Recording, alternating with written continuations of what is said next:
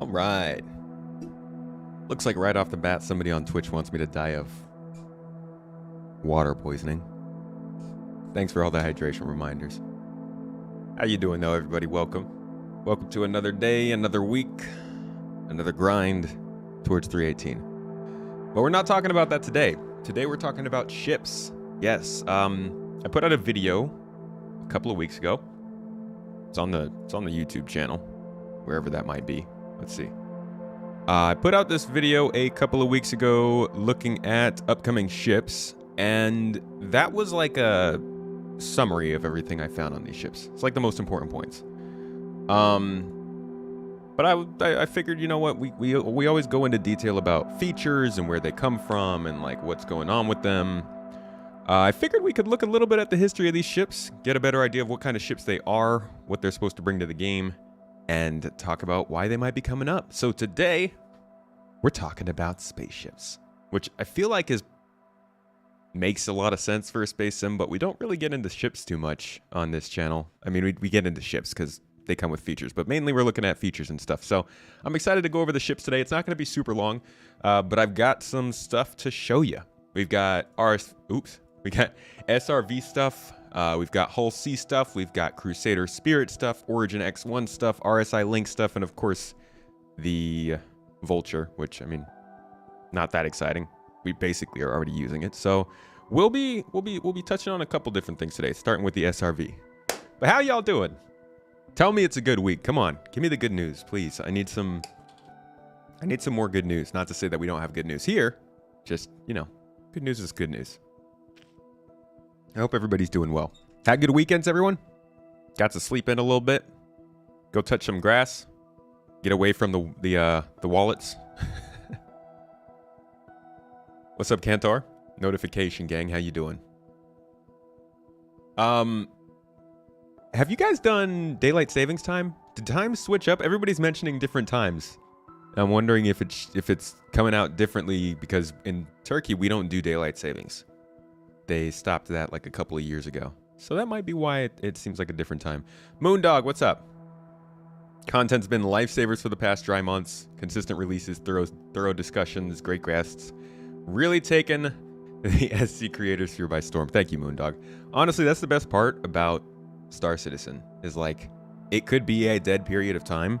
And yeah, I'm definitely pulling up more content that's not related to the current patch than I normally would be, but that's kind of the normal way I do it anyways, so it's not too difficult to still just have things to talk about. There's always something to talk about. Updates, ships, features, monthly reports, all that jazz, so thanks for joining me for that. Mace, how you doing? 07th, buddy. Good to see you. Matt Adams. Hey, homie. How you doing? Sven, you're awesome. You are awesome just for being here. Thanks for coming. Phoenix Storm, good to see you. Zora Dora, I love that name. I have a Dora the name has a special place in my heart. Spaced Cadet, it's gonna be a good week for you. Good to hear it. Cryogenics, how you doing? Matt, you've got a good week. Good to hear. Life's been chill for Zora. It's a damn good week, Lucas said. Okay. See, it's getting us off to a good start. I like that. You're hoping Pyro means we'll be able to fly your Kraken sooner than later. Whew, Kraken is a hard one to hope for, not gonna lie. We don't have like any idea. You know what? I just realized like I've got all my resources pulled up here. You can't even see that on the screen. I've got like a tab here with the footage and stuff for each ship. I love these little group tabs that you can do with tabs. It's all so fancy looking. I've got a tab here for each of the ships we're going over today, but I didn't pull up the progress tracker. Let's get that up because obviously we're going to be wondering about other ships. Might as well be able to drop in on them and see what they're doing too.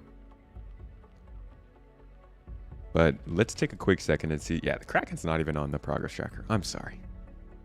I really am. It's next weekend? Okay. Next weekend is daylight savings. Gotcha. You got a good feeling about this week, Moon? The week 318 could be live. All right, here's our goal for the week, guys. We're all going to, guys and girls, we're all going to come up with things that will make this week better that have nothing to do with 318 for the sanity of our people. Yeah, I feel bad because like it's constantly right on the edge. In some ways, it's not as bad as the 3.0 delays and how long it took for us to get 3.0.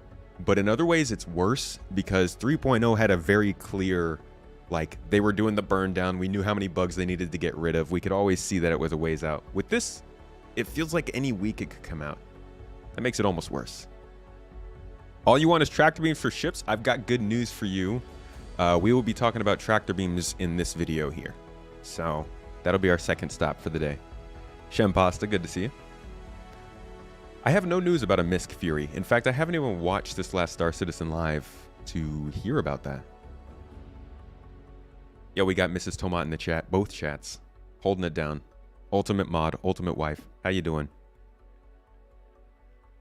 Love ya, Tomat. The PTU was burning yesterday, or today. Good to hear, good to hear. You'd prefer that it stays in the oven a little longer and they get through more of the bugs. The more bugs, the better. 318 is going to be a big release for them. They got to make sure it's as good as it can be, but I don't know. I honestly, knowing that they already foresee the code branch remaining for 319 means that I think they're planning on 318 live still being pretty unstable, but we'll see. If tractor beams are on the way, time for you to get a shiny new 315p. It might be. It might be. Let's start with tractor beams though, yeah, shall we? So the first ship we're going to go over today is the Argo SRV. For those of you who don't know what the SRV is, I've gone over it quite a bit. I'm sure some people are kind of sick of hearing about it. But it is our tugboat. Yes, the lovely tugboat. The little SRV, it's got that classic Argo design, the orange, the utility type of lights, the exposed heat exchangers, the thrusters detached from the main body of the ship. Very Argo in design. Reminds you a lot of things like the mole that they've already got out, and the, what is it called? MPUV. It's not a big ship. Get a sense of scale here. So like if you're looking at a person next to the Argo SRV, it's like mole sized, right? But this isn't a multi-crew ship. This is a single person ship. It's meant to be able to carry boxes and ships and stuff. Massive cargo boxes will need stuff like these tractor beams to be carried around in the game, as all of the cargo that we'll be using will be physically moved using ships or vehicles. And you can actually see right here, this is the MPUV for those who don't know. And you can see the common design language. The circle on top is a big one. Anvil kind of does something like that too. Disconnected thrusters. Not so much exposed heat exchangers here, but you do see them on the mole and the raft. So this is the SRV, and we already know that it will be able to combine power with other SRVs, or just in general, tractor beams will be able to combine power together in order to carry larger packages, larger ships, especially for those big ships that are going to need help getting out of atmosphere. All y'all fat butt Carrick knows what I'm talking about. The 890 jump, kind of ships that are going to need help getting out of Orison. So this is the SRV, and we're going to start off by going through it on the Q&A that they released when they first released the ship. And this one has some nice points, some interesting little data points. So let's get to this right after I finish my hellos and talk about the SRV. Chopper, good to see you, 07. The cabin looks like a quarry truck cabin. You know, they actually have some pretty good pictures of the interior that I did not get prepared for us. Let's see. Star Citizen, Argo SRV interior pictures. See if they got them here. Yeah. So you got the cockpit, of course. Anything else that we can really see? This is just the, looks like the engineering section. You've got like a pretty small sort of like bed area with some a table to sit at. Looks like a bathroom maybe in a storage locker or something. This is like, I think this is most of the space on the interior. It's a small ship. You counted 5 unannounced ships, and the following have been announced to being worked on: X1 SRV Lynx, Merchantman Fury, Spirit Series. I haven't heard anything about the Fury, so I don't know about that, but the Merchantman has been shelved for now. They have confirmed.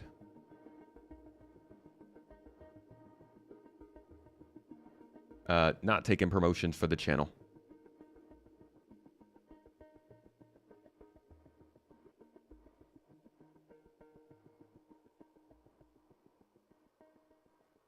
Will SRV bring a new profession? That's a good question. We don't know. I kind of doubt it. I'm not going to lie. I don't think that immediately we're going to see a new profession from the SRV. I think it will offer new sandbox gameplay and people will definitely get paid to use it. But I'm not sure if we're going to see like actual reputation-based missions like we'd expect. What's up, Star Jump? Good to see you, buddy. How you doing, man? What have you guys been up to? You still working on the ship viewer mainly? Doing some cinematics I saw earlier. Looks pretty much like the raft from the inside. Gonna be pretty similar, yeah. Fury sounds like a medium or heavy fighter. Watch them make it for a salvage ship. Did they say it was actively being worked on? I guess if VFX is doing something on a ship, it's pretty far along. Just released a new YouTube video. Nice. Good to hear it, dude. I'll have to check that out. All right, so the Argo SRV depicted in the image is carrying an unknown sized cargo container. Please elaborate more on this cargo carrying function. Is the SRV envisioned as one of the tools used to load and unload the larger Hull series ships, which we'll also be talking about the Hull series? Is it going to be used to unload packages? CIG said one of the key design goals for this ship was to enable it to carry cargo around. That's kind of a given. So we get boxes confirmed can be carried with this ship. It's not explicitly stated in the documentation, but the SRV has a quantum drive and jump drive. Can it tow in quantum travel? They confirm yes. The SRV will be able to tow things through quantum travel, and we do kind of see that with this picture of it with the Cutlass. I guess that's not exactly quantum travel, because you can like see all the asteroids, but the idea is there. So you can tow boxes and you can tow through quantum travel. Let's see, they did say, this is a long time ago, it's like 4 years ago, but they did say that their current stance at the time was that you won't be able to tow things through jump points. So we'll see about that. That would be pretty difficult, like if you're doing the whole transition between servers. I guess we'd be doing that in system anyways. So probably not a complication now that I think of it. They also were asking if the SRV can move ground vehicles, and this is where CIG just comes out and says it. There is nothing to stop you from moving damaged or stuck ground vehicles, which probably include ship vehicles. It will work the same as moving or transporting, damaged spaceships. So you could pick up a Nova tank, carry it out into space. Honestly, have you guys seen that episode of Star Wars Clone Wars where Anakin ambushes Grievous? Just typing in what I'm saying, basically. At the asteroid field. Will this actually work? Should I have typed this into Chat GPT? Because that's what I always think of when I think of, like, the Nova tank. I always wanted to pull off something like what he does. I think this is it. He straight up, I'm not going to play it too long. I don't want to get in trouble for it. He straight up, like, hides a bunch of tanks on asteroids and waits for all the ships to fly past, and then just knocks them with their guns. And I always imagine doing this with Nova tanks in like the yellow asteroid belt, but it takes so many, you know? But yeah, carry your Novas out into space. Do it. Isn't it undesirable to have other ships see your big old backpack of goods out in the open so they know you have a readable good? You can't just toss it all in your Hercules and even one player feel like you have more of a deterrent presence and better shields and transportation. Are you talking about if you were carrying something with the SRV? I think when this thing is transporting boxes, it's generally in a maintenance situation, a utility situation, as opposed to long distance travel. Because yeah, if you're long distance traveling, this isn't going to be worth it. That won't be economical, really. You get a different ship and packages, and you could get a raft and carry 3 of those boxes, and they'd be at least a little bit more protected. Yeah, it's going to be mainly for just moving things around, I think. That being said, there are ships that carry their boxes on the outside, like the Hull series, which we'll be talking about in a little bit here. See that little peek from Tony? Say his name 3 times. Between systems, again, makes it seem inevitable to me. Pick up a Liberator at some point. Liberator will be useful for that kind of stuff. Also, Moondog, thanks for the correction. It is a tonk, not a tank. Get it right.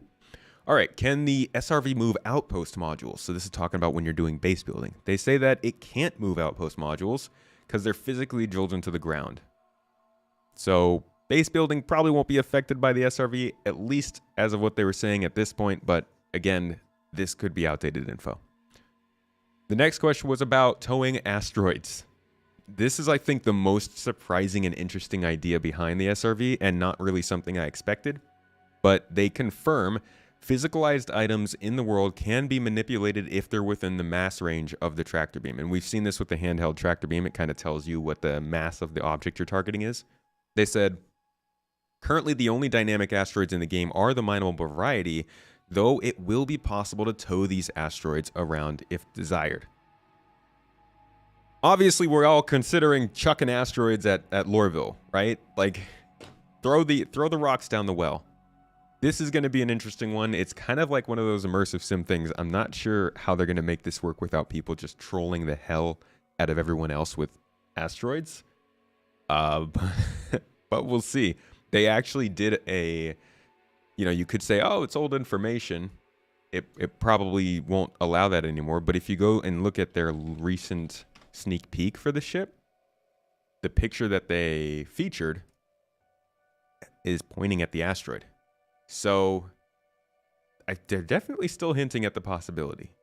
And being able to move asteroids around, like imagine if instead of having a bunch of miners spread out to go get a bunch of stuff, you just had a bunch of SRVs go get a bunch of rocks, bring them all to the same place, and then call in your mining crew. Be like, all right, guys, we got 40 Quantanium rocks all dragged to the same spot. Let's run the rounds. That would be insane. I feel like that starts to open up the possibility to do the exact same thing as somebody else in a different way, which just makes the game that much more fun. So that's pretty cool. They asked if a person in a spacesuit can be towed, and they say active players will not easily be trapped by tractor beams. Not sure how they're going to do it that way either. Is the number of SRBs needed to tow something based on total mass or size? It is primarily mass-based, though there are some size and volume requirements. Okay. For theft, they say, as they've already said before, keep your shields on and you won't be able to be tractored, which is the same as with the salvage beam. It can pull and push. It slows down the ship. It slows down the acceleration and fuel economy, but you can still travel at the max speed. I don't actually remember this ship. I don't think I have this ship. Let me save this real quick.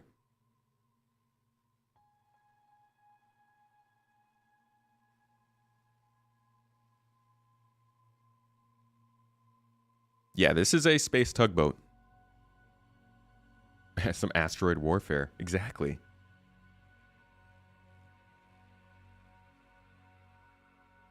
Possible to build a processing factory in space and tow asteroids to it, absolutely crushing the mining and processing. Honestly, they've talked a little bit about the ability for people to inhabit and control space stations, maybe not build them. But if you are able to use a space station with a mining facility, it would be interesting to see if they somehow incorporated SRVs just bringing asteroids to space stations. And basically making that one of the game loops that you can do if you have tractor beams on your ship. This is the Argo SRV. Two can work together to tow a bigger ship. Yes. That is mentioned here. Well, it's shown off here with this constellation. I'm not sure if they mention it in this Q&A.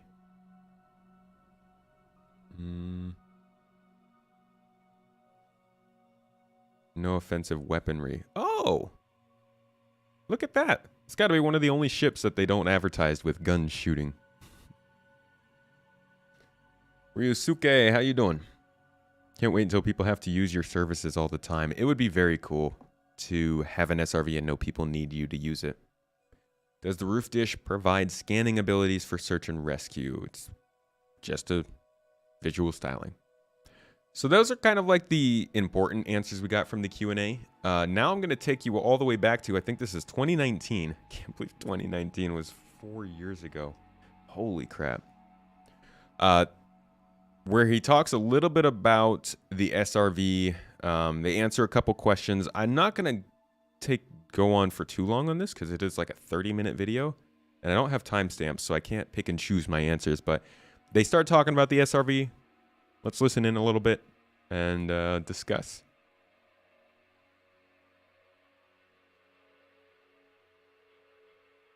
Most voted up question, I guess, directly to that was, will the tractor beam technology used Wow, it's quiet. on the Argo SRV be the same as the ones used for other ships, like the Cutlass, the Caterpillar? I think even they don't mention it, but the Reclaimer is supposed, it's supposed to have. Sorry, it's super quiet. I don't know why.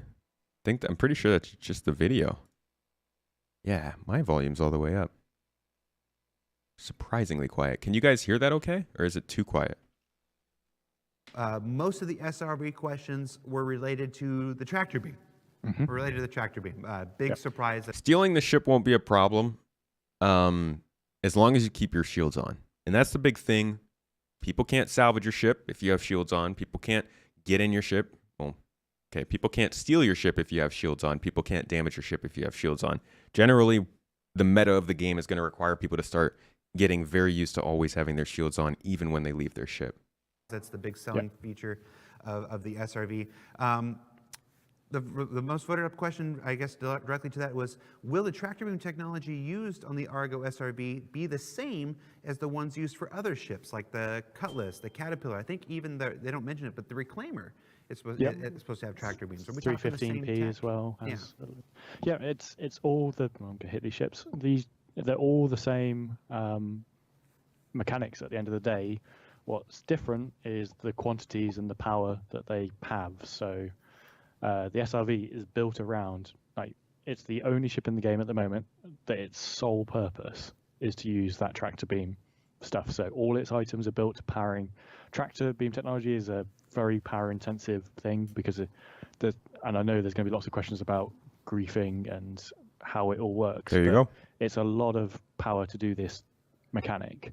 So those other ships that have tractor beams, if we ignore the Reclaimer for now, those are sort of like, it's like another facet of the ship. It can do tractor beam. They're very small tractor beams. They can only maneuver small little things. They might be just on a single gimbal that can have a small limited range of movement, just to get, like, for the Cutlass 315p. They're there for moving crates around and maybe stabilizing something that's slightly spinning. The Reclaimer's there to move big chunks of ship towards the claw to chomp it up. This is there to pick up entire ships and move them. So it's the same underlying technology, just applied differently and in different scales. Gotcha. So that's kind of a big answer, I think.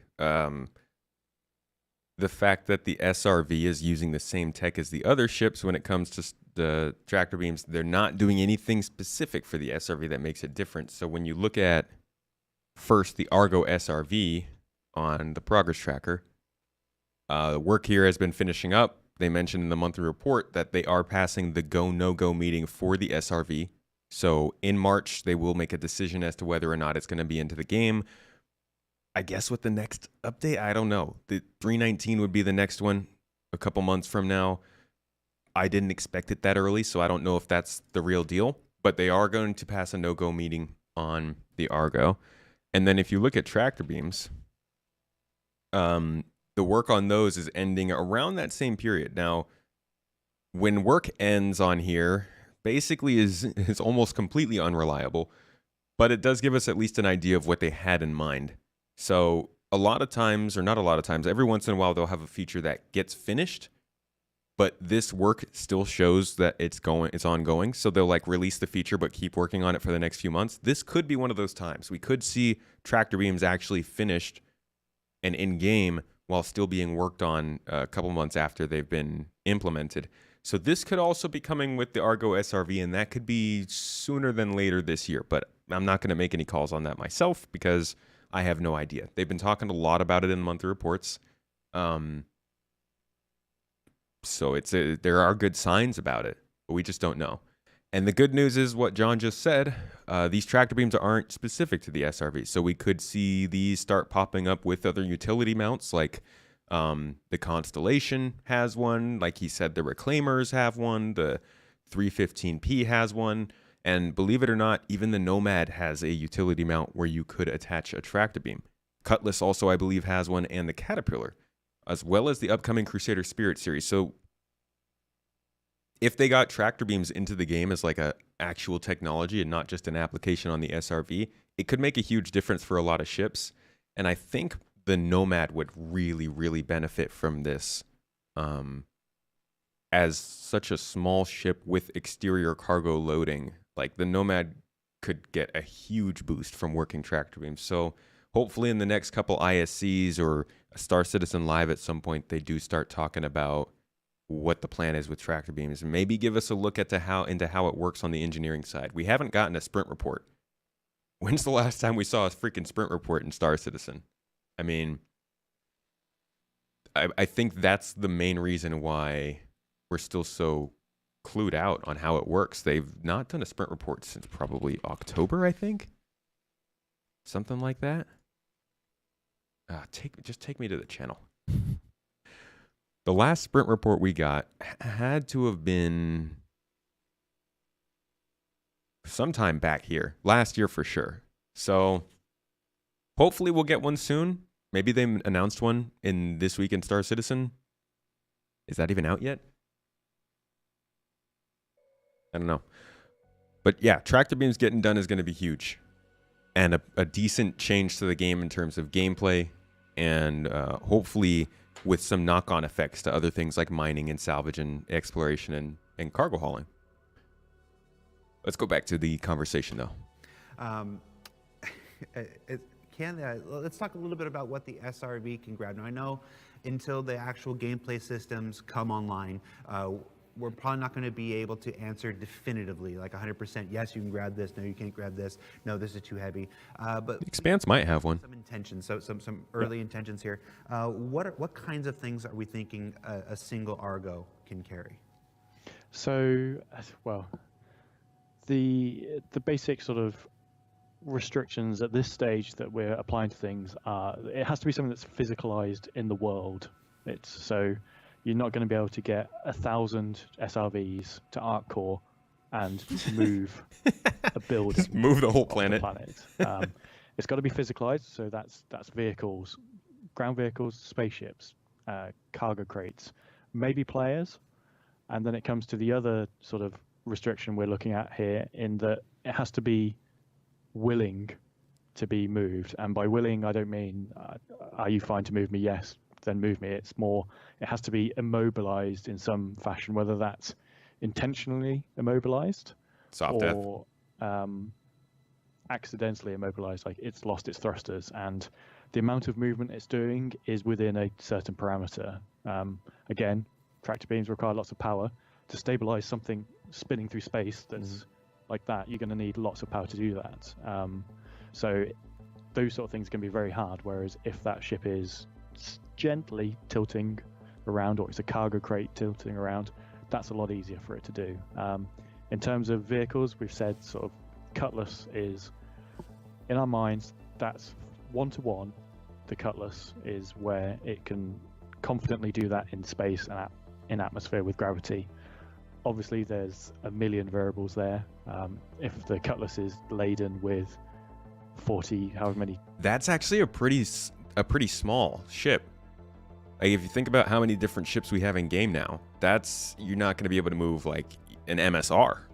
You wouldn't be able to move probably a Crusader Spirit, be more mass than a Cutlass. So they're setting it up to be something that people can probably work together with, at least. I do like the idea of tractor beaming people around, though. Just dragging your friend 1,000 meters per second through the atmosphere. What's up, Grumpy Eye? How you doing, mate? Do I think we'll get full ship tractor beam gameplay, or the classically half-worked for one ship then back on the burner? I don't think what we're going to get from tractor beam gameplay is what we're going to be using with tractor beams in 4 years, if that's what you mean. I don't think it's going to be they'll put it in and it's final.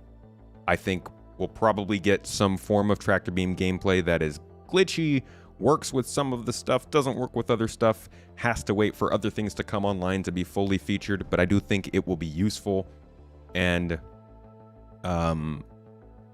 more feature complete than something like, say, the initial multi-tool tractor beam. The multi-tool tractor beam is honestly, it's like the only feature that I can remember that came into the game and was completely a positive addition. Like, there were almost no problems. It added to missions. It changed the way you could play. It was a useful addition, and it's something we still use to this day in the same way as when we got it. And honestly, most people don't have many complaints about it. I think that was a really good addition. So I hope we can see the same from these tractor beams. Who's working on this? EUPU is working on the tractor beams.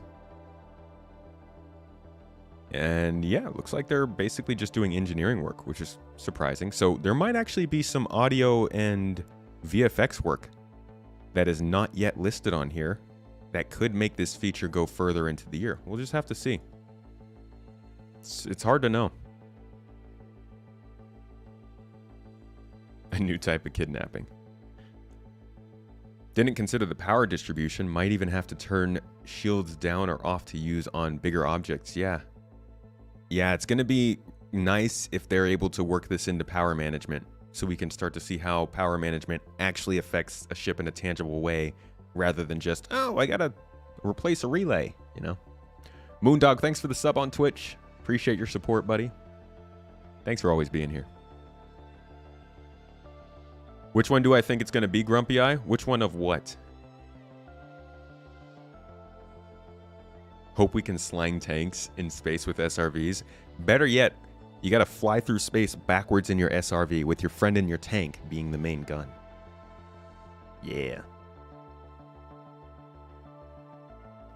C1 is within the same size of Cutlass, just a lot of wing. Right. So the lot of wing, because remember, this isn't about size. This is about mass. So if you've got a lot more weight on the Spirit, I honestly don't know what the mass is compared to the Cutlass, but it feels like it's going to weigh more.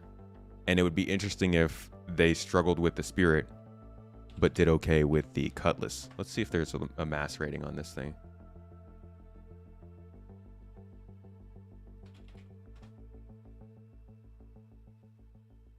Got, yeah, no, they don't have any mass on here. I don't know. We'll have to see. But the C1 also has its own tractor beam, so maybe you can, like, tractor beam the SRV back. Just dual tractor beam each other for a little bit extra. Does the Cutlass even have a mass rating? Yeah, it does. 246,000 kilograms. So we have to see if the Spirit is more than that. But if that's 246,000, let's check out what the Freelancer is, which is kind of like a similar size ship. The Freelancer is that much different, then that could be a fun question to ask for all these ships. So 246,000 compared to the Freelancer is less at 231,000. Okay, so Freelancer is good. Let's see what an MSR. Where is that? Ooh, 1.6 mil. So you're quickly gonna get out of the range of a single SRV going up in size. It's gonna be really interesting to see how that works. What's the progress on the Spirit? We're getting there. That's our third ship we're going over. Possible ships. Well, we've got them all here. I've got the SRV Hull C Spirit Series Origin X1 and RSI Lynx lined up.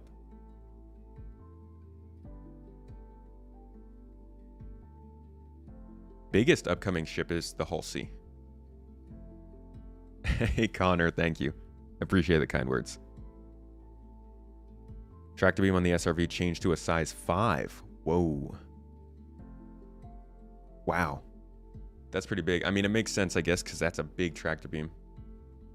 SU is of just the densest material known to mankind. That's going to be a harder job than, because the mass will affect it. Right. If we're in a planet or a moon that has 10 times gravity, that's going to affect it. But all things being equal, one SRV to sort of one Cutlass. So it can pull something that's bigger than it,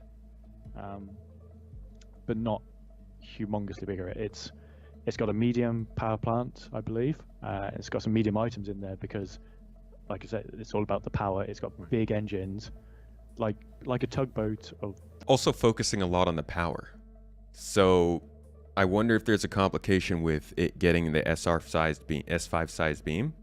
But like was said before, if you can't put all that power towards that beam, you need to get like a bigger power plant or something. Maybe by, stock by default, it can't lift ships that big. But then if you start upgrading, it can, because it has already the size tractor beam for it. The modern world, it's a chassis with big engines attached to it to deal with that.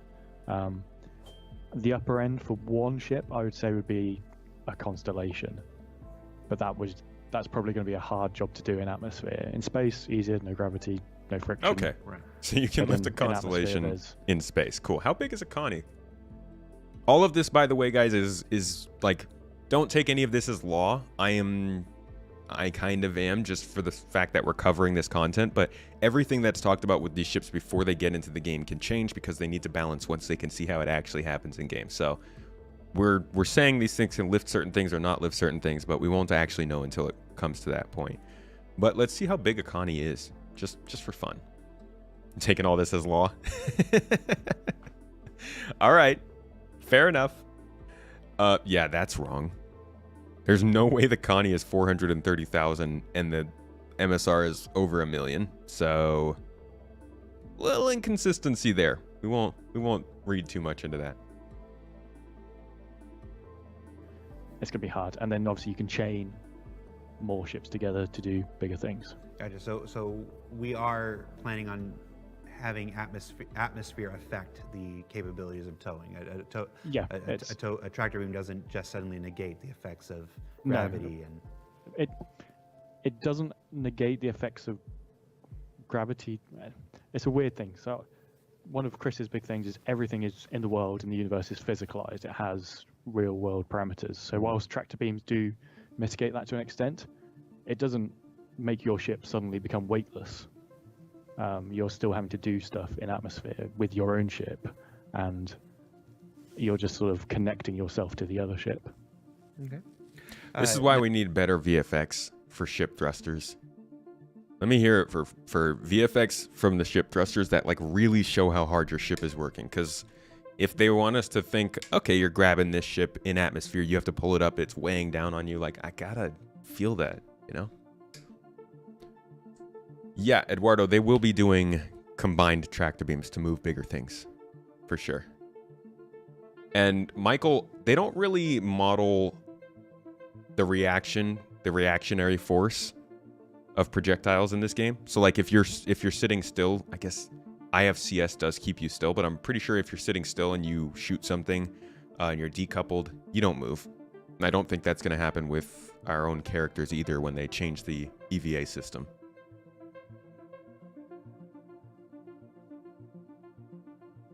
MSR has a lot of wasted space. This also isn't an official Star Citizen reference. So all of this stuff is taken from however the people who run this website can take it. This isn't from RSI. So that's why I'm going to say this is an inconsistency that we can't account for, as opposed to maybe them doing something weird with the ships. Too hard to make that kind of call. You can see why most features take a while. They need to take into account way more than most games. Something like a tractor beam's got to be difficult to figure out for something like this. Now you mentioned the ship has to be willing. Let's go into that a little bit more. And again, these are intentions in the design. It may change over the course of development, but as far as our intentions right now, if an Argo Reese and Isadonis, thank you for the sub. Powered and capable, it's crewed, it's got powered, it's got shields on. What do we expect to happen? It's going to be very hard for that Argo to capture it. When we were coming up with the ship, we're very aware of the trolling potential. The trolling potential of it. It's got a huge amount, and how we want to not make that impossible, but make it very hard to achieve against people that don't want that to happen. If you just close the door and everything, it becomes a not particularly fun thing, but that's not what it's for. Gotcha. So difficult, but not impossible. Not completely impossible. So a ship, or the target of the tractor beam needs to be relatively immobile. So if you're flying along in your ship, and I come like along with my SRV and I grabbing somebody from running a blockade, jinking or wildly maneuvering, I have to keep up with you doing that, and my ship is not particularly maneuverable. My tractor beam is not particularly quick to move around, and then the amount of power required to hold you whilst you're doing those mechanics might be too much for my tractor beam to even keep on top of.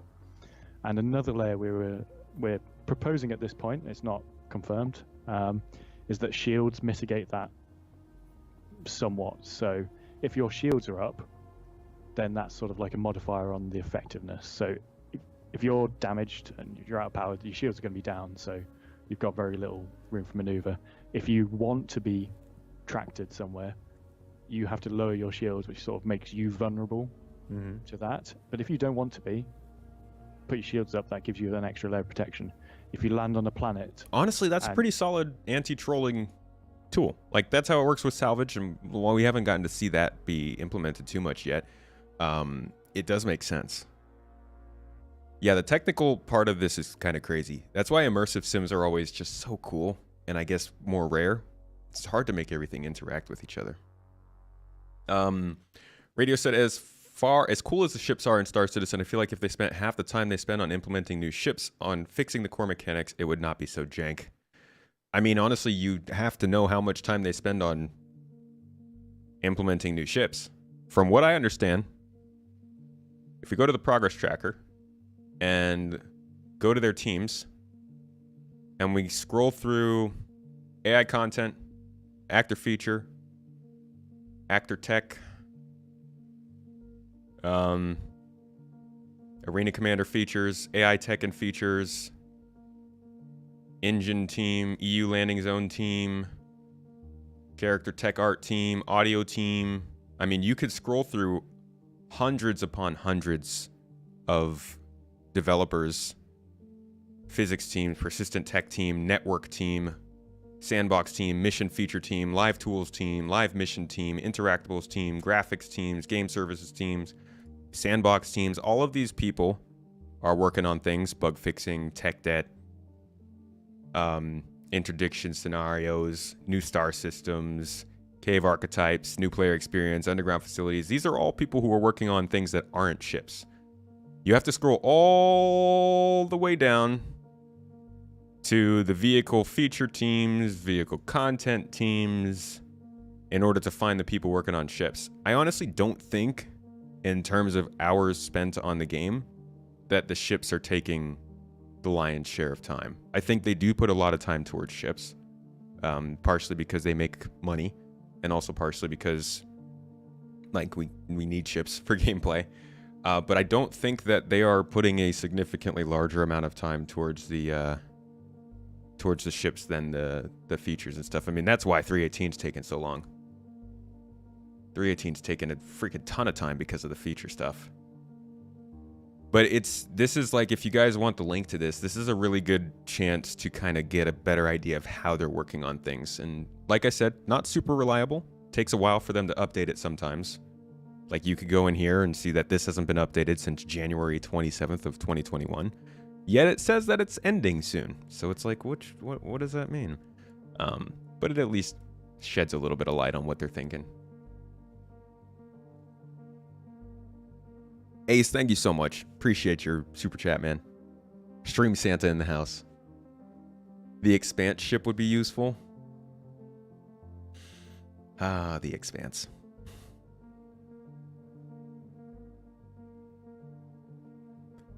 Resource management and physically damaged, etc. isn't in yet. Hope resource management comes this year.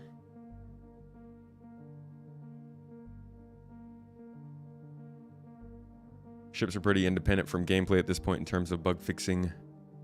Except for when it comes to things like the SRV or the Vulture, when, like, you know, the ship was kind of built in line with that gameplay. I think that's the only time they really start to interact as much.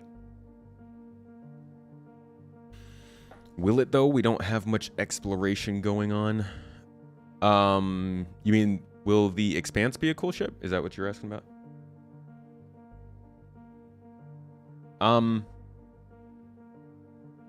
Expanse isn't really an exploration ship. You might be thinking of the Galaxy, maybe? The Expanse is for refining. So I think that would be more related to, like, the Prospector and the Mole. Just doing that stuff out in, like, asteroid belts and stuff.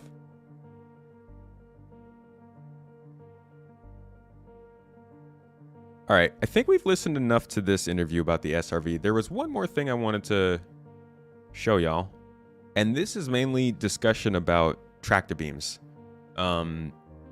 So they do actually, this was about a year and a couple of months ago, they do start talking about tractor beams, where they are, what they're doing with them, how they're working. So, and actually, let's double check where they started working on tractor beams. This video might correspond to when they started.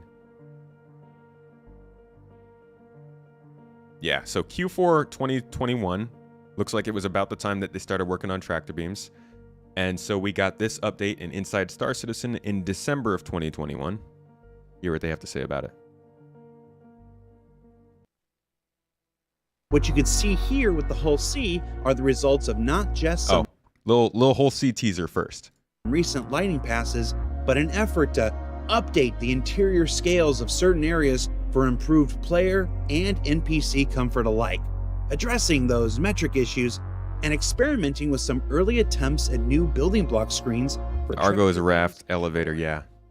The Mole's elevator used to be like that tractor too. beams. The vehicle content team has begun building the size 1, 2, and 3 tractor beams that So this is the size 1. The vehicle content team has begun building the size, or this must be the size 3, because it's the 315p in the background. So this is probably the tractor beam that's going to be on your Origin 315, if you've got one. 1, 2, and 3 tractor beams that can be equipped to a variety of vehicles, bringing with it some. Yep, there it is. By the way, James, thanks for jumping in. Hope you've been enjoying the experience. Appreciate you coming on the stream. Long-awaited Oh, they fixed them all. Cool. Functionality to ships like the 300 seen here, the Caterpillar, and more. Minor updates are also underway to the Starfarer as it gets ready to make its debut not just as the first. So that's really not much info, other than the fact that they did start at that time on size 1, 2, and 3 tractor beams. So another sign that maybe we'll get more than just the SRV tractor beam when it happens. But that is our wrap up on the SRV, folks. That's our first ship of the day. This is an exciting one, honestly. Of all of them on the list, I think this is the most significant ship. Is a huge addition to the game because it's bringing in new gameplay. I mean, it's like the Vulture. The Vulture was kind of like, with the Vulture comes salvage, with the Argo SRV comes tugboating, I guess. But I'm looking forward to it. Next up is the Hull C. And this one has been around forever. Let's see if how far back I have footage from this ship. The Hull C is ridiculous. It's been so difficult for them to do that they have, instead of releasing the ship when it was ready, they were like, we can't put this in the game. This isn't going to work. So we have footage from this thing as far back as 2017 of it just chilling in engine, modeled out. I mean, I don't think this is an engine. I think this is more of a previs, but we have footage of, like right here, they're flying it in game. 2017. They have shots of the interior that they were working on. Again, 2017. So clearly this is a ship that may have been designed at one point, but was definitely held back by tech limitations. And the video we're about to watch will talk a little bit about that. Yep, the physics grids is the big part. What about the whole E? Oh my gosh. Let's not even go there. All right. Our last development, like the other things, just waiting on other dependencies. Yes. All right, so lastly, our last ship feature-related question has to do with the Hull C. We know that work was paused on it some time ago because it was waiting for other ship-related tech like the expandable, collapsible physics grids. I look at the ship-to-station docking, and I see similarities there. Are we getting closer to making this thing a reality? For context, this was right when docking happened, which was 3.11, I think, or something like that. So the big problem with the Hull C was that the physics grids need to be able to transform with the ship, collapse on themselves, open up, and transfer cargo in between them and stuff. So basically, this is just them talking about how the work that they had to do to get docking to work between two things also helped them get the Hull C working with its cargo grids. We are. Like you say, the ship station docking required animatable and multiple physics grids, which is what the Hull C requires. So we now have those. So that's one thing ticked off the list of Hull C dependencies. We still have a few more that we need to solve before we can release the ship, but we are able to actually progress internally now a bit more with it. Okay. So we need the ability for rooms to scale like physics areas, because now you can have gravity in that central spine, but there'll be no air. So it's sort of equally as problematic for release. Okay. And that also help all the level designers and the vehicle designers, because we want to unify the way all the rooms and shapes are made in the engine. At the moment, they're all sort of individual shapes. So design has to go in and mark up a room for the air. An audio design has to go in and mark up a room for the audio volume. Art have to go in and mark up a room for vis areas and portals to stop light coming in. So you want to all put them into one single feature that can support scaling, and then bam, that's the Hull C part solved. The two other bits needed are a way to nicely trigger state machines on vehicles. So we sort of fudge it together at the moment by tying state changes into landing gear deployments. We need to split that out. That's scheduled for one of the vehicle teams. And then the last one is really the cargo system. It obviously carries thousands of units of cargo, and we only supply cargo in 1 SEU boxes at the moment. And that system needs to support not doing that. It needs to go, right, you've bought 4,000 units of Laranite, and here's 100 big boxes of it, or because it will just cripple server performance. We've seen what happens when people go wild with Picos. This would be a whole lot of... You should see us with medical gowns, sir. And it's one of those things where the upcoming cargo decks in 3.11, while not the functionality it's in 3.11, but the cargo decks themselves are a platform for additional features. And we're when though? We've had cargo decks for such a long time. I know they're probably waiting for freight elevators and the cargo refactor stuff, which is probably a big part of why the Hull C has been held off too. That and the updates and stuff they've been doing to it. But still, jeez. And those will tie into being able to offload things like the Hull C and maybe even load them up to begin with. So, yeah, they're the perfectly designed places for that, because you don't want to take your Hull C. Well, you can't land with the cargo out, so there's very little point taking it down to the surface to land, but you will need to drop these off at orbital stations. Right. So a lot of good progress being made. It's exciting to hear. It's exciting to hear about things like the physicalized armor and the armor penetration and the SDF shields and the 2 different versions of ship docking. So that's mostly it on the Hull C there, but there's more kind of talk on the Hull C. Basically, over the last year, they've been updating it to be more in line with the ships that they've been releasing, and also the tech animation team has been having a hand, in making sure that a specific part of the ship works. Let me see if I can find from the footage we had before. No. This shot always got to me. It's like, you guys are literally flying it in the game. Give it to us, please. This right here. So like this kind of shows the way that the ship is supposed to animate when it's expanding. And one of the hard parts that they've been just now finishing up is this tube in the middle here is actually a walkway from the front half of the ship to the back half of the ship. And trying to get that walkway to open up and telescope and expand with the ship while also giving you, a good atmosphere has apparently been kind of difficult. So they did that, finished that all up. Now they're going back through it with art, making sure everything is snapped and tucked in the right way. And then I don't know, they drop into the game and the economy breaks forever, or maybe they update the economy and it works. I don't really know what's going to happen with the Hull C, but that was back in 2020. And then we got some talk about the Hull C actually last year during CitizenCon, during the... This is actually the one panel from that CitizenCon that I just never watched all the way through because it was so much speculation and I couldn't quite take it.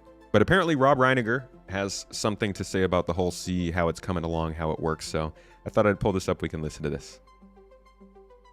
One Punch Down, thanks for coming through. We're going through different Star Citizen lives, calling all devs, pulling different resources from different places to talk about these ships right now. Hull series is 100% cargo transport. It doesn't really have any other functions, so not priority. Yeah, not till the cargo refactor, right? I feel like that's why it's starting to get back into the talks again. All right. Let's hear what Rob had to say about the Hull C. You mentioned the Hull C. So the Hull C has some unique challenges related to attaching physicalized cargo to it when you're actually, docked at a station or when you're, parked in a hangar and its wings are compressed. Can you talk about that a little bit? Yeah.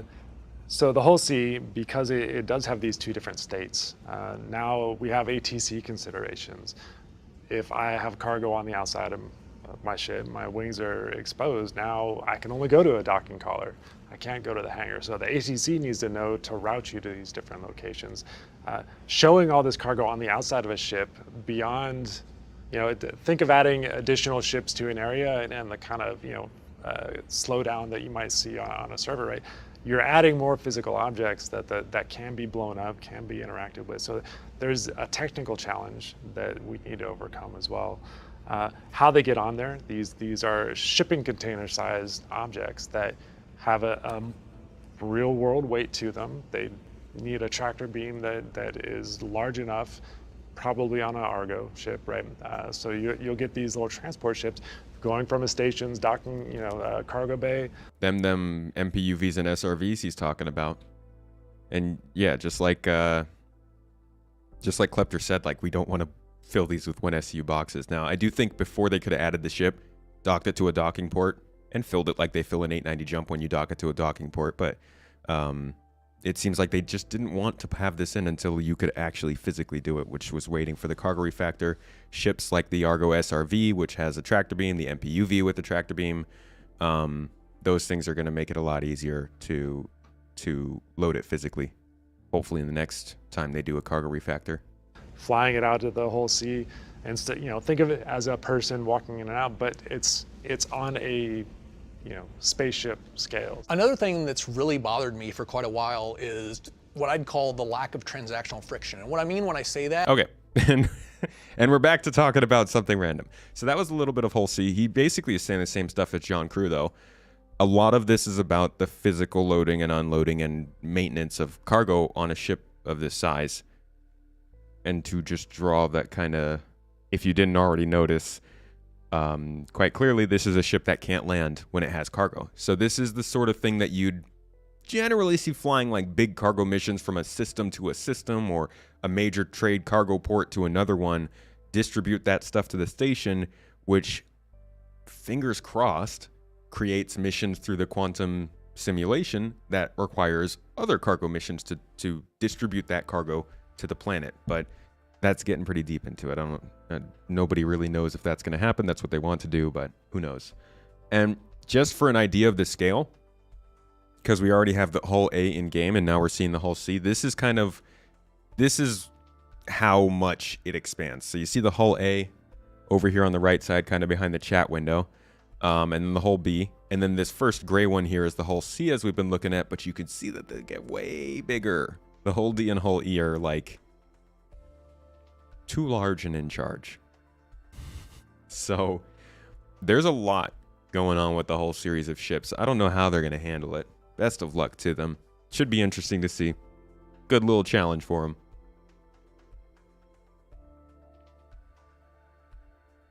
The last update that I have for the Hull C is from last year, about a year ago from today, and they were just looking at the updated interior. So I showed you that we had a lot of interior shots from the ship before.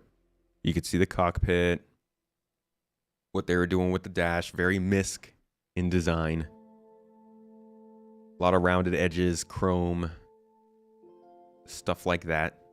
You know, MISC stuff. So this is all from like 2017 is what we're looking at here. Bunch of 2017 interior shots. I'm showing you this because I'm about to show you the updated version of this from last year. You can kind of see how they've updated it in graphics and looks a little bit.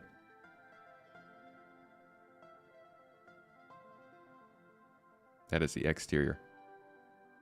Hey, look, there's an elevator. All praise. Yeah, these shots were from 6 years ago. Jeez. Oh my gosh, no. Yeah, 6. Here's what we got to see last year. And finally, before we let you go this week, let's go deep inside the Hull C and take a nice long look at its current interior.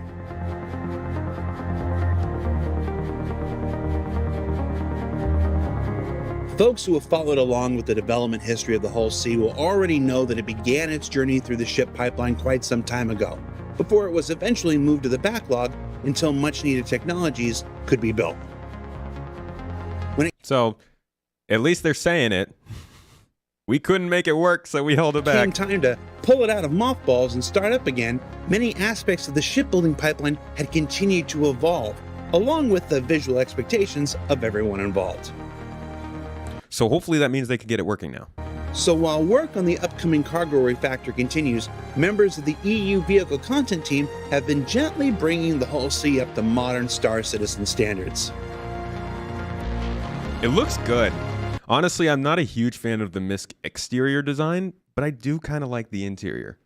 This includes work on new tractor beam and remote. Actually, I take that back. I love the Odyssey. Camera UI being developed with, I'm sure you've probably guessed it, the ever popular building blocks tech, which will allow players to successfully operate this unique addition to the persistent universe. And while its smaller sibling, the diminutive Hull A, is scheduled to arrive before it in the upcoming Alpha 317, we'll continue to check in on this economy-altering vehicle as it continues its long journey from concept to completion. See, yeah, the outside just looks ugly. Looks like a messed up finger, kinda. Like a lot of stuff on it. Let me go back real quick though, because that first shot that they showed, that's an exterior camera. How much have we been asking for exterior cameras on our ships? And they finally teased one with the Hull C. So I'm pretty sure the actual, like, this is real. They want us to have a, rude.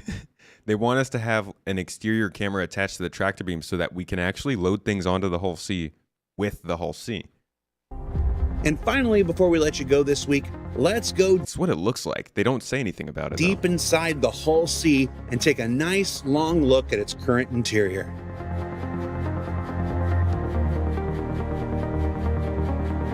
I don't think they'll get rid of third-person view. Maybe they'll do something with it, but I think this is more so it's just like, it makes more sense to have a dedicated camera on the tractor beam than to tell people, hey, use the third person, but make sure to use all the controls to angle your camera so it's perfect for the loading and unloading process. Makes it a lot easier if they just hold our hands through it. So that's the Hull C, folks. Big old ship. Biggest one that's upcoming. Also the longest that's been ongoing. Also one of the oldest ships on the backlog, so it's good that they're getting this one done. Not only is it big functionality wise, but it's kind of big in terms of just like, it's an iconic ship.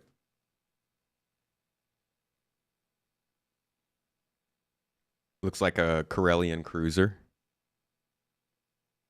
If that actually works, you'll be surprised. The camera on the back, render to texture stuff. They have been mentioning render to texture a lot in the engineering sections of the monthly reports.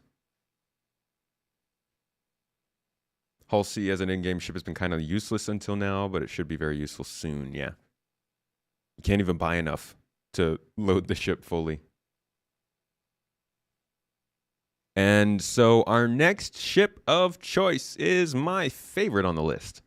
This SRV is the most exciting, and the Hull C is the most significant, but I'm gonna be honest, this is my favorite. I'm genuinely excited for the Spirit. There aren't that many ships in Star Citizen that have like really gotten me excited for the design. The MSR was, I think, the first, and it's great. I love it, but not exactly there. I don't even think this ship is exactly there for me. You guys know what I mean? Like, yeah, it's you find a ship you like in Star Citizen and you're like, okay, that's a cool ship. That's my favorite one in the game. But you're waiting for that ship that's just like, that's the ship, you know? Like the ship that you see in Star Wars that you're like, that's my favorite ship. The ship you saw in Star Trek that stuck with you for years. I still haven't gotten that in Star Citizen. And I think this one's getting close. I think Crusader is going to be the one that makes it. But we'll see how this looks in game. It's a very good looking ship. I love the thrusters.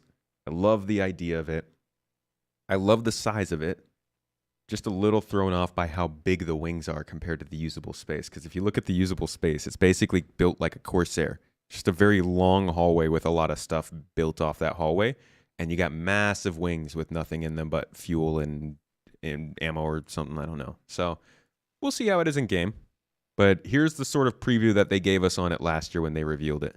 This year we're going to be talking about our new concept ship, which is the Crusader Spirit. This is a series of ships from Crusader Industries that is designed to take on a variety of other manufacturers' ships at the two-person crew level and does a wide variety of tasks depending on which variant you pick. The two standout competitors to this ship are naturally the Cutlass and obviously the Cutlass Blue, Red, Steel, and the Freelancer series. Those are all similar sized ships to this, and they also cover similar sort of roles. Compared to the Cutlass and Freelancer series, the Spirit benefits from not only Crusader Industries' sort of stylish physical appearance, but also their renowned speed and agility over those other variants. We have three variants of the Crusader Spirit. We have the C1, which is the cargo hauler version. That's important. Remember he said that it's supposed to have better maneuverability and speed than the other ones. Because sometimes they flake on that. Renowned speed and agility over those other variants. We have three variants of the Crusader Spirit. We have the C1, which is the cargo hauler version. We have the A1, which is the light to sort of medium bomber version. And then we have the E1, which is the executive VIP transport version. It's a One cool of the ship. really nice features of the Spirit series as a whole is the front half of the ship is kind of like this shared area, and it's the rear section that swaps out. So the C1 is the cargo hauler version. This comes with 48 SCU of cargo capacity in the central area, accessible like the other versions via the rear ramp. It's wide enough to allow a variety of ground-based vehicles on board, such as the Cyclone. You won't be fitting larger things in it like the tank. However, with the size of the cargo bay on the C1, you can put a vehicle and still have some cargo capacity left over. The A1 is the bomber version of the Spirit, which sort of splits the difference between the Hercules A2's bomber version, which has both size... Okay, this always throws me off. I want to know what you guys think of this. Actually, let me wait for the better picture. Size 3 bomb options. This comes with size 5 bombs. And they are arranged in two vertical gravity dropped formations down each side of... So, like he said, this is by Crusader. The bombs are arranged vertically for a gravity drop. Does that, like, when it comes to velocity and dropping a bomb like this, I'm not a war person, so I don't actually know how this works. But I guess I'm just thinking about the the physics of dropping a bomb in this direction while also moving very quickly in another. Wouldn't that throw off the trajectory of the bomb a little bit? Like, or is the bomb just designed in a way to account for that? It looks really cool. I just keep going back to it, and I'm like, man, after all that schooling, I feel like this was one of the things that they would have told us wouldn't be as practical, but it does look cool. I just wonder why they went with that design. I guess you could pack more bombs in there. But it is kind of a bummer that right now the A2, the Crusader A2, still doesn't have its size 3 bombs. So I don't know if this is going to have its size 5 bombs. Because, like, if they haven't worked on the A2's smaller bombs, will they work on these ones first and then bring them to the A2? So I think these are size 5. I think the A2 has size 3 or size 7 or something like that. So that's the one thing that I worry about with the A1. And we can see that they've been doing work on bombs. So maybe they have them ready. They have shown a couple of teasers here and there.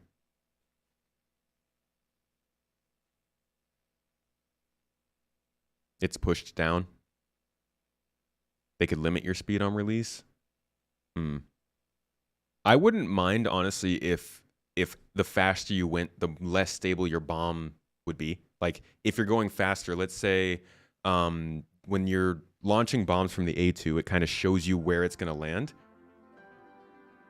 I think what I would love to see is the faster you're going with this bomb, the wider that area of where it will land could be.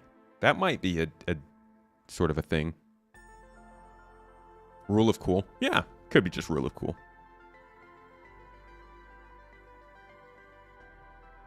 It would be straightforward to calculate the effect your velocity would have on it, or you'd guess that the bombs have maneuvering thrusters to adjust after being dropped. So maybe some of the maneuvering thrusters on the bombs, but again, why do all of that if you could just have them sitting sideways? More aerodynamically released.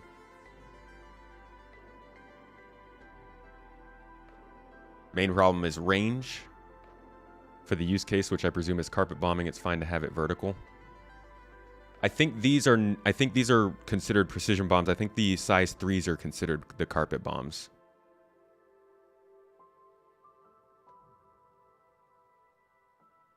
Nothing to do with speed, it's acceleration that's the problem. I mean, speed means more air resistance. You're 2948 in SC. If you put only 8 or 10 bombs in there, they need to be smart bombs, drop, maintain radar. That would be cool if they were smart bombs. If they had more functionality than the other bombs, I'd be down for that. Is the Spirit series the main ship he's talking about? No, we've been going over the SRV and Hull C as well before this. Either way, the A1 doesn't really bother me that much. This was just always something that popped out to me. I'm more excited for the C1. The central area. So you have a nice little walkway down the middle, and then you have the two sort of lines of bombs. That does look really cool. Each side of you, and you'll be able to see them drop out of the bottom of the ship. It delivers a different role to what the Starlifter does in terms of the bomber. I think it's a much kind of smaller, faster ship, so it's much more agile. You're going to be kind of getting in and out and you know, doing your bombing run and then getting back out of the danger zone quite quickly. So it feels quite familiar in that sense, but it does deliver a unique kind of play style compared to the Starlifter. So you might be asking yourself which one's better, and it really depends on what you want to wipe off the face of the planet that you're bombing. How do I win, John? The A2 has both heavy hitters and what could be described as carpet bombing, whereas this is sort of for when you don't want to completely annihilate everything on the ground. And lastly, we have the E1 variant, which solely exists to give Jared heartburn over his Starliner. So this is a sort of taste of what the Starliner will get in the future. All right, let's see a vote in chat. How many people think this ship is going to introduce passenger transport missions? Like, do you think they'll release this ship with the missions coming in? Or do you think they'll just release this ship and we'll continue to be waiting for passenger transport? So I think they have a good chance. I think they have like a really good setup here to include a new mission with these ships, to include 2 new missions with these ships. Both cargo stuff and passenger stuff. Y'all say no. Everybody's saying no. Well, all right, at the very look, hear me out. Hear me out. Let me show you something. Let me give you something. A little something. Is this even still on the Oh, they don't even have it on the freaking progress tracker anymore. Oh, yeah, it is. Okay. Rescue transport missions. Taking advantage of AI follow behaviors to create missions where players transport customers from one location to another, along with prototype missions where players must rescue imperiled clients from dangerous situations and escort them to safety. So this is work that they had scheduled up until Q3 of last year. And corresponding with that... Whoops. Ah, dang it. Corresponding with that, we have also seen a prototype of this mission in engine during Inside Star Citizen. We don't know exactly how far along this has been, just that they've shown it functioning. I'm guessing the main problem with this would be that the server tick rate can't keep up with actually having an NPC get onto your ship. So this might be something that they have to wait until server meshing to do. But they've shown that they've been working on the prototypes for it. They've mentioned it a couple times on the monthly reports, and they are including ships that use this functionality. Doesn't say it's coming this year, but I do think they are thinking about it.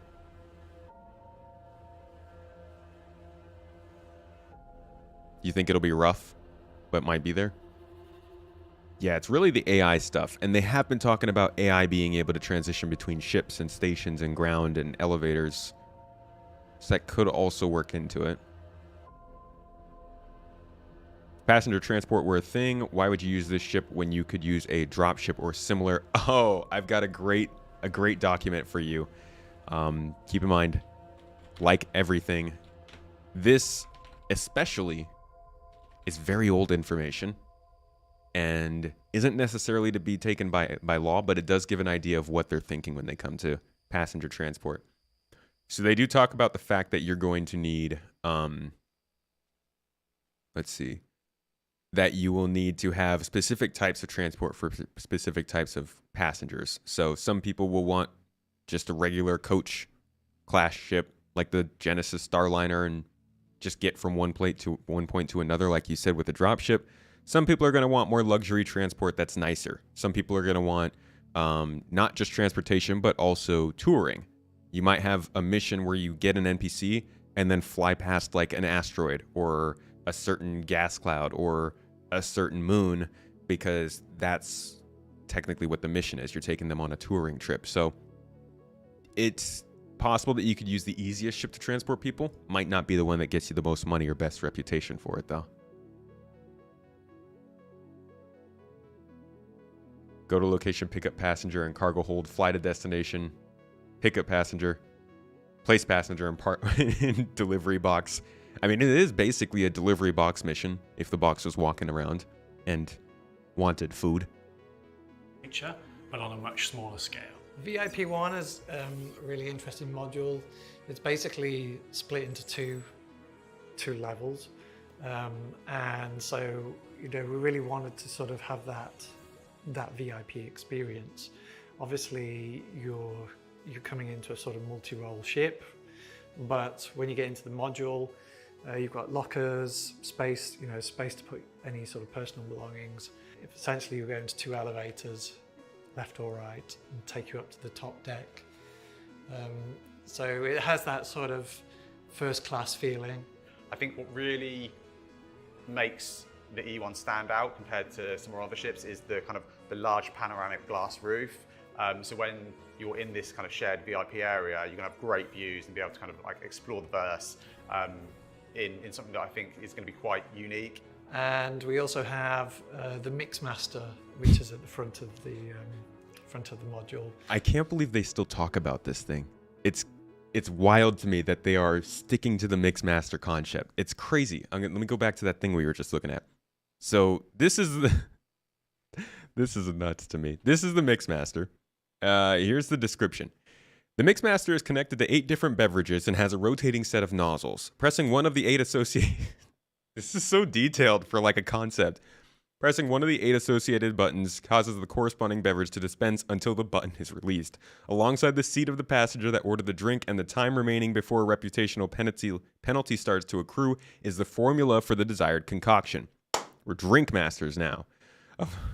So you guys get the idea. This is literally supposed to be part of the game of passenger transport. Who knows if this is actually going to happen? God knows it won't happen anytime soon, but they still talk about it when they talk about passenger transport. So I guess it's something that they're still expecting to do. It's just like, I don't know, if you told me that you were going to make a space MMO and in one of the mini games in that space MMO was putting together drinks for customers, I'd be like, all right. Okay. which is basically where players can go and choose whatever the drink it is. So it's, you know, cocktails or coffee. Then players will also have super comfy seats. They'll have the widescreen TV in their module. I'm really excited to see when we start getting our players and our AIs into these ships and being able to kind of explore the verse and you know, experience that kind of luxury living that well, I've not yet to experience. So between You don't want your passengers to die of thirst on long travels between dozens of star systems. Son, my passengers are drinking water. That Vesta stuff. Just dozens of bottles of Vesta. Make it work, folks. It should help your hunger and your thirst. We're not going any deeper than that. between the three variants, there are a number of shared areas. The sort of core of the ship changes with each variant, but there are some aspects which don't need to change. And starting from the front of the ship, you naturally have the cockpit or the bridge. So like other Crusader ships, you have the side-by-side pilot to co-pilot arrangement. Then you have behind them their living quarters / bunk area and component access. And then you have the variant section, which does change the sort of internal floor plan of the ships between them. Then at the rear of the ship, you naturally have the ramp access area. So that's the Crusader Spirit. We hope you look forward to seeing this and seeing what it can do in the game in the future. So, like, just to be clear, I only want this for the looks. I could care less about the statistics, the shields, the cargo capacity. I'm playing Star Citizen for the freaking vibes. I don't know about all you. I just want to live in space with a cool freaking ship, go cool places, do cool things, and, you know, not die while doing it. So when I look at this ship, I do realize that it's not very efficient in terms of the wing usage, and not a particularly impressive ship, but God, I just want to fly it, you know? That being said, I think this is the most conceptual out of all the ships we're looking at today. Never mind, I just looked at the next two vehicles. They're more conceptual. But the SRV, the Hull C, and the Spirit, the SRV and the Hull C, I think, are the big focuses right now and the most interesting additions coming to the game. So that is the Spirit. There's really not much other information on it other than just the fact that it's being worked on. They introduced it sort of last year when they brought it into CitizenCon and have been working on it pretty strong for the last few months, and it looks like they plan on bringing it out sometime this year. Don't know if they're going to include the features they have. Obviously, the C1 will have cargo, but we don't know if the C1 will have a tractor beam in line with the SRV release later this year. And we don't know if the A1 is going to have its bombs, although I feel like that would be a very, very bad mistake if it didn't. So I think it will. The E1, though, with the passenger transport, that's another question. We'll have to look at monthly reports to get a better idea of that. Croncy, my dog. How you doing, dude? The big red. What's up, dude? Appreciate the shout out during the System 7 the other day. How's your stream, man? What were you up to today? Let me get a shout out for the man. The main man. There it is. Thank you, Mrs. Tomato. Doing some Star Citizen, dude? Were you in PTU or playing live? Also, I see you, Soul Scream. Thank you for the sub. And Infinite Sam, thanks for the bits. Much love, buddy. We don't just get you there in style, we get you there lit. Yeah, free maze in the cup holders of every Spirit E1. Stream was good. Checking out the first race for the S7. Nice, nice. I look forward to it, man. These races are getting really cool. The coordination, the organization, and like just it's very professional. It's good stuff, man. And you did a great job with the commentating. I look forward to seeing your stuff and more of the races they're doing. Thanks for the raid, buddy. You don't think they will do like tier 0 taxi missions for the E1, but every other ship can also do it. I think, yeah, other ships will be able to do it. They try to introduce these things with a ship, though. So I'm trying to find the ship that they want to introduce this with. I don't think it's going to be the Starliner, because that'd be kind of crazy. So it could be the E1. But we'll have to see. It's looking real competitive this year, so you're happy you're behind the desk instead of on the track. Dude, I want to see those wheels spinning, though. You're not going to race at all this year? You just commentating? A medical spirit would be nice. Oh, that'd be cool. I didn't even think of that. All right, spirit's all done. So we've gotten through the SRV, the Hull C, and the Crusader Spirit. Now, my friends, we move on to the more confusing vehicles. First, we'll be talking about the Origin X1, the hoverbike coming from Origin that everybody's kind of been like, where is the X1? Just commentating this year. Gotta quit while you're ahead. Nice, man. I feel that energy. I gotta, at some point, try to get ahead. All right, so really all we have on the X1 is the Q&A. They haven't talked much about it. I mean, I was looking through their stuff over the last 5 years or so, and mainly all we've heard about the X1 is that, yeah, it's going to be worked on. And then it wasn't worked on. And then it was, yeah, it comes with the 400i. But then it didn't come with the 400i. So now we know it's in development. They let it slip. It's on the progress tracker. Did anybody else ever notice that the first letter you type into the progress tracker doesn't go in? So it's been in the works as noted on the progress tracker for a while. I do think the work itself was kind of newer, it seems, but it's again something that might release in the next few months. So we'll just go through the Q&A on this one, answer some questions. This is that weird one that like is kind of like which way is the front until you see the gun on it, and then you get a better idea of kind of how it all works. You sort of stand in it. You sit upright almost. It's rather strange. Yeah, it happens to you, Croncy? Okay, cool. Yeah. It's, oh god, it's so annoying. So there's 3 different versions. There's the X1 Base, the X1 Force, and the X1 Velocity. And this question was asking how they compare to the Nox and the Dragonfly, which are already our hovercrafts. The X1 Base is the all-arounder of the 3. Compared to the Dragonfly, the X1 will provide more speed and agility without the rugged terrain handling and additional passenger seat that serves as 1 SCU of cargo holding. Versus the Nox, it may not be as fast or as well armed, but it is more durable and provides better visibility for the occupant. I'm not sure I'm convinced by that. I will be extra interested to see how this compares to the Nox when it comes out, because more durable in Star Citizen is like doesn't mean much to me for hovercrafts, at least not right now. And better visibility, the Nox has great visibility, so I'll be interested in seeing what exactly they mean by those. The X1 Velocity is more agile than the X1 Base due to reduced weight and can reach higher top speeds than the stock X1.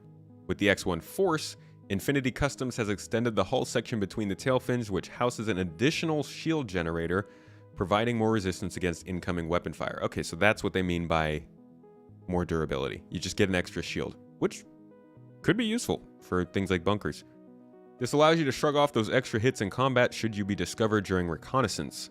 A scout's usefulness in recon often depends greatly on being able to bring that information home. Will the X1 Force have special features such as increased scanning or stealth capability? They've said that it differs from the rest of the X1 lineup and other snubs by having a second shield generator, providing increased defensive capability. We just read that. But just a single gun. Here we go. Here is what the entrance to this thing looks like, because it's so strange.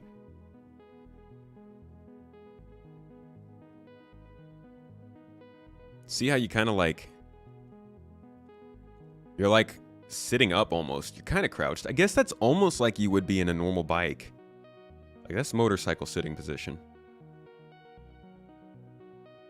It's just such a strange shape. Looks like you're going to clip something. Your feet are going to clip something and you're just going to go spinning end over end for 200 meters. It is also kind of cool that you're locked in there like a vehicle as opposed to just an exposed bike.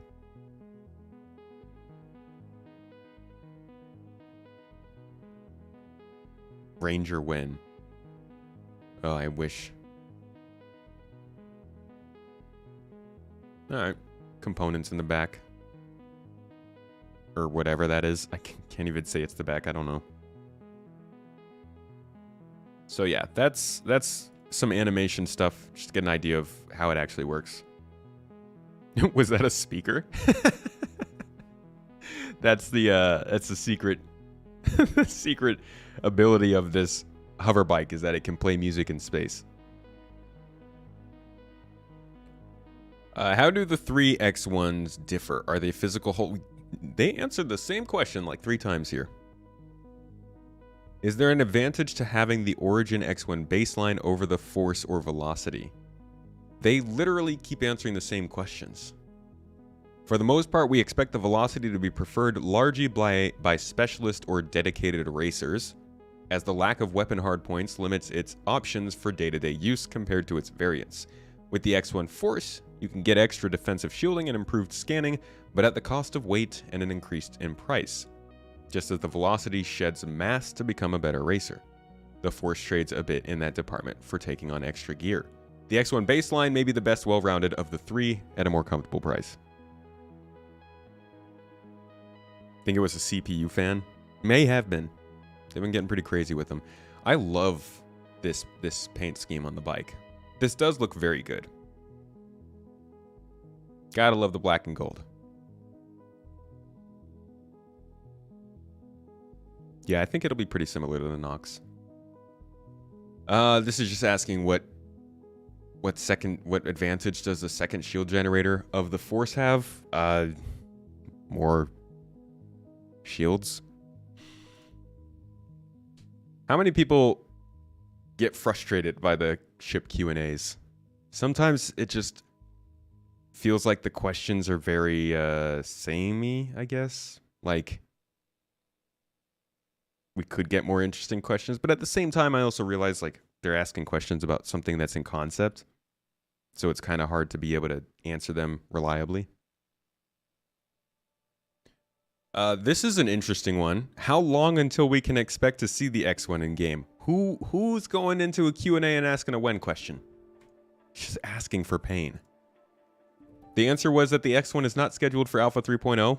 That's how long it's been. This was revealed before 3.0 and is intended for a future 3.x patch. We hope to have a better idea of the cadence for additional ships coming online once work on 3.0 is finished. Luckily, we're still technically seeing 3.x patches, so it still rings true. But I do think they have like a year to finish this, and it seems like they know that, and they're getting it done. What are the differences between the variants? Right now, what? That's like the same question as this one. Where is it? How do the 3X1s differ? What are the differences between the different variants? Oh, man.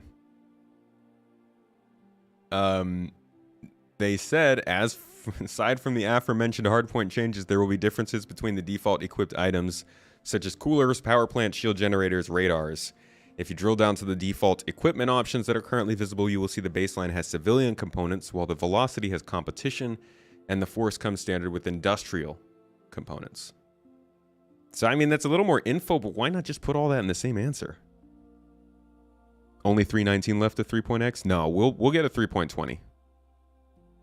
I think we'll get a 3.20 at the end of this year, but maybe they'll throw a mix-up in there and just make it 4.0. That would be kind of nuts, but I do think we have another patch, at least another patch after 319.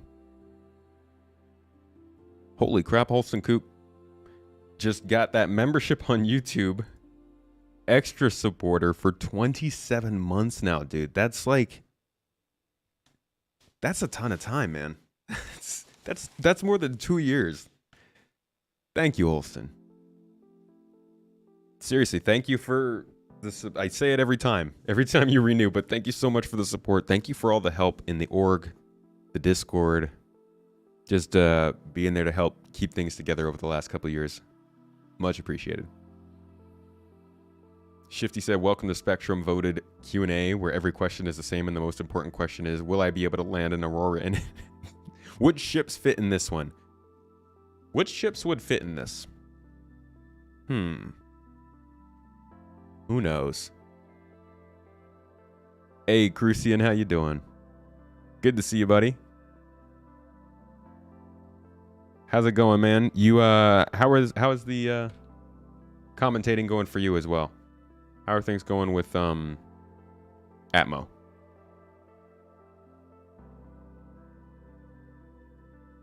Hey, thank you, Randy. Glad you enjoyed the podcast. It's a lot of fun to do. Will there be no fly zones in space where small vehicles will be necessary?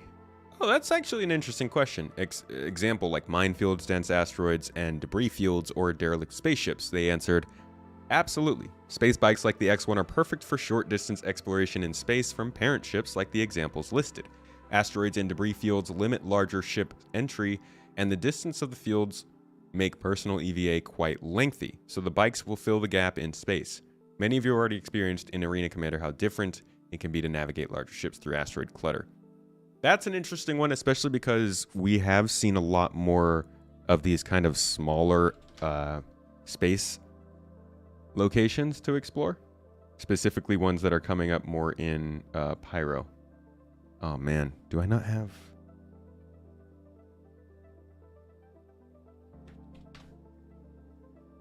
I could have sworn I had some good footage easy to pull up for this, but I might actually not.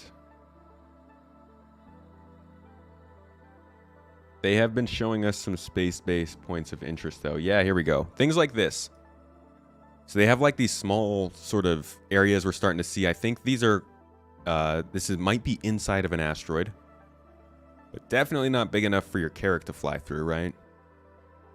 Maybe not even for like something like maybe an MSR.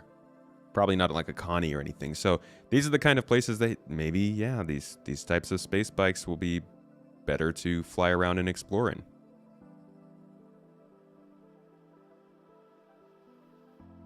This might be Squadron too, but I think when we saw this, they were talking about Star Citizen. They generally don't show us Squadron stuff. And here's another one. This is definitely a bigger area, but you still get the sense that it's kind of like a localized place where you can spawn a small ship out of your big ship and use it to fly around in these places and do a little more exploration. The thing is, they need to give us reasons to explore these areas, little things to find and stuff, so hopefully they do. Yeah, I think it was a Pyro location. I think you're right.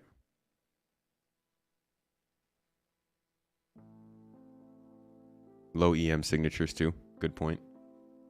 Do I know if they're working on soft ground? Like sinking into snow, sand, and mud? Are they working on physics? They haven't said anything about that.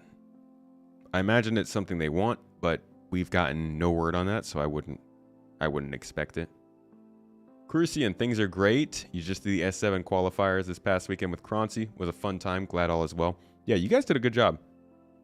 I was just giving Croncy a hard time for his he called me out. But yeah, it's good fun watching you guys commentate this stuff. Makes it a lot more interesting. It's nice to get some of that backstory and information about the people who are racing. Keen. I love it. Keep it up, guys. Oh, there's Ruined Station. I did not know Ruined Station was in this video. Interesting. Might just be for testing purposes, though. Tomato hates me. I freaking love you, Croncy. I gotta get you back on the pod, dude. We gotta have another talk. Croncy's one of my favorite Twitter personalities of late. You vibing, Moondog? I actually am gonna update this playlist soon, I think. I've got a lot more music offline that's not in this playlist that I want to add so we can listen to it. Okay. Let's see.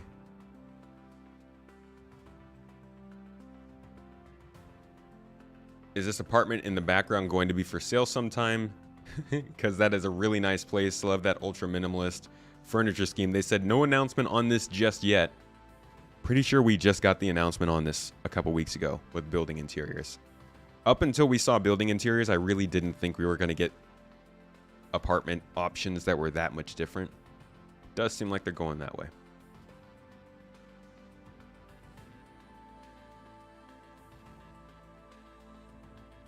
Racing talk would be cool. Like to hear about the state of the racing orgs. I did have a show with Crucian back in January, if you want to check that one out. We talked about the Daymar Rally and racing and the future of racing in Star Citizen. It was a very interesting talk. Little worried at them saying releasing Pyro before server meshing. If it's going to be another location with more broken NPCs and same stutterness, I'd rather just wait. I think that's going to be the case. I think they won't release it before server meshing per se, but I do think what we do get will still be very heavy load on the server because we'll still have one server per system. Ruin Station is the outlaw one in Pyro. It's the equivalent of Grimhex. Everything in Pyro is an outlaw station. You're not going to be able to... Okay, I won't say everything, but kind of the vibe of Pyro. The one thing I do like about Ruin Station is actually it's going to be kind of like a full city. It's the landing zone for the system.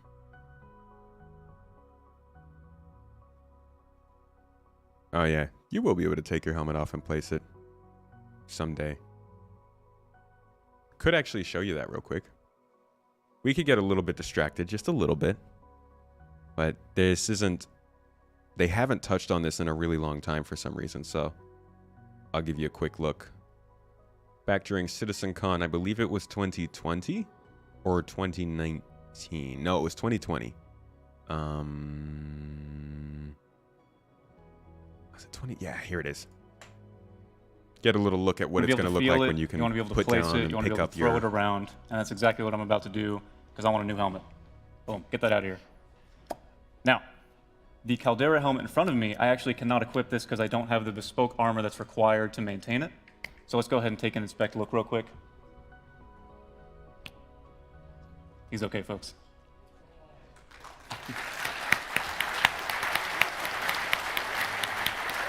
So we're still waiting for this kind of functionality. But they talk about it occasionally. Yeah, so because I can't wear that one, let's take a look at a classic over here. This one's more my style. I want to try out the S42 helmet. Kind of reminds me of Old Man, you know. I like to roleplay a little bit. So let's go ahead and put this on, take another look at it. Now, the artist, especially Shane, puts a lot of work into these helmets, so you want to be able to inspect them. You want to be able to look around inside them, kind of see the... I like to bring these things up because it reminds us all that we're still waiting. Still waiting for this CIG. And I do think that they still have the plans to do this. For whatever reason, it's being held up. Probably because of the interaction system that they're redoing. I'm guessing. Not much else I could know besides that. But I think this probably has something to do with player physical interaction and stuff. Something in here. So yeah.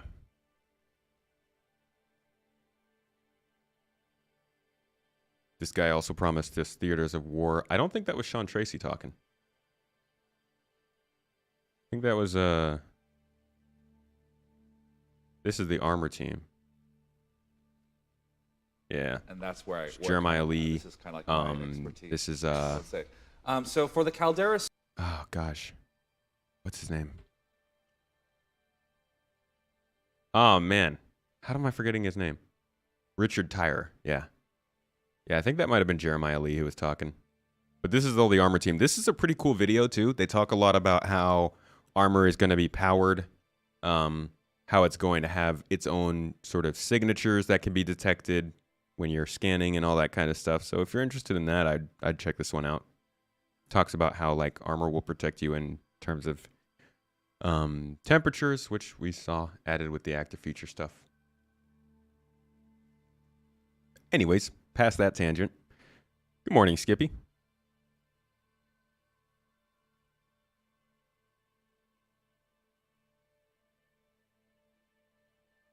That was 2021. That was 2020.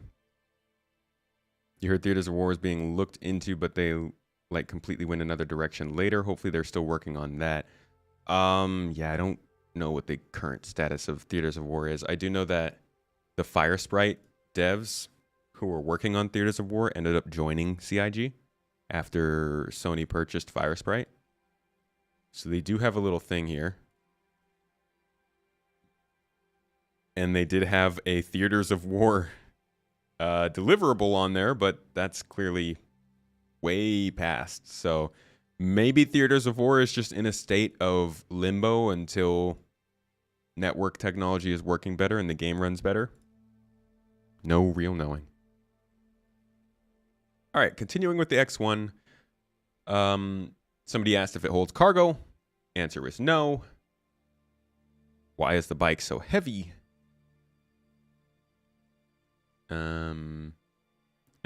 It's wrong. They said with the updated ship stats matrix coming soon, all ships will be getting revised mass values, and it looks like these values started to sneak out a little early. Honestly, it's because the ship's not in game. Can the base 1 X1 be upgraded through components to any of the other 2 superior models, they asked. As mentioned above, not completely, due to them being actual variants with fundamental structural differences. You could remove the weapon and swap the internal components out to configure a base X1 similar to a Velocity, but it won't be as light or nimble as the dedicated variant. Additionally, you could swap the laser cannon for the laser repeater and upgrade the internal components to industrial components like the Force, but there still wouldn't be a structural hardpoint for the second shield generator. I do like the idea of changing ships outside of their stated use. I would love to use a Terrapin as a search and rescue vehicle. I would love to use an MSR as a, I don't know, medical facility with magical healing servers. So that's the X1, the origin bike that we don't really know much about. It might be coming this year. It does look like it's getting there, but not much official info.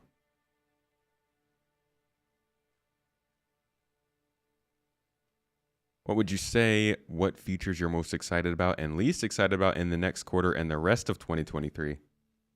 Tractor beams, resource networking, or engineering gameplay, as they call it now.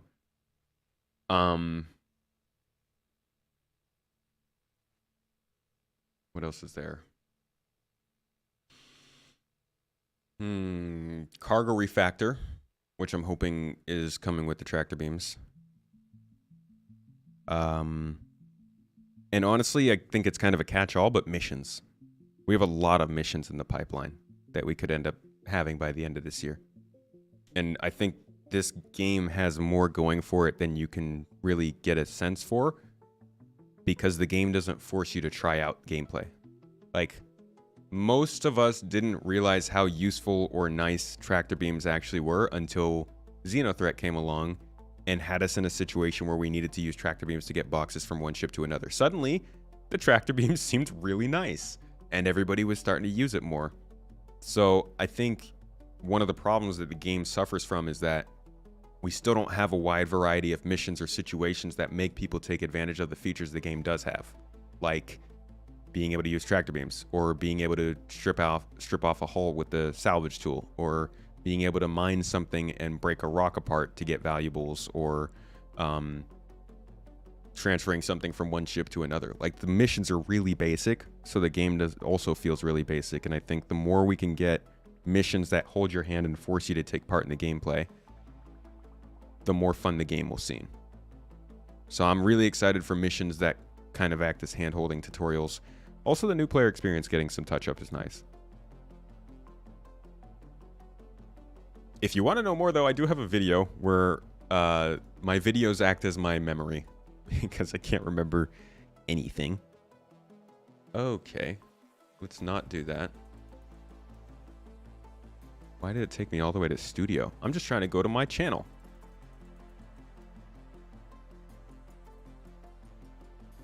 Come on. There we go. This video here, biggest features and gameplay advancements possibly coming this year. What else did I put on there? Oh yeah, persistent hangars is a good one. FPS radar and scanning might be a thing. That would be great. And hopefully quantum travel rework. All of this, though, is kind of iffy. None of this is confirmed, to be honest. The only thing that we actually could count on being in the game soon are the new Loreville, new player experience, and the new missions, which I did say were exciting.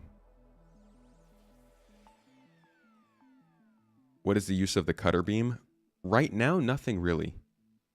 There are a couple of small areas where you can use the cutting beam, but for the most part, they built cutting so that it would work on a certain material in game. Now they just need to put that material all over the game.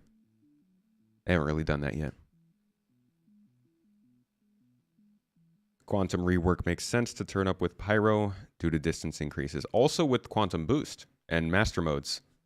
I think that's what they're planning for the quantum travel rework. And if you look at here, again, the all-knowing yet not knowing at all progress tracker does have, the quantum travel experience with time done and work ending around here.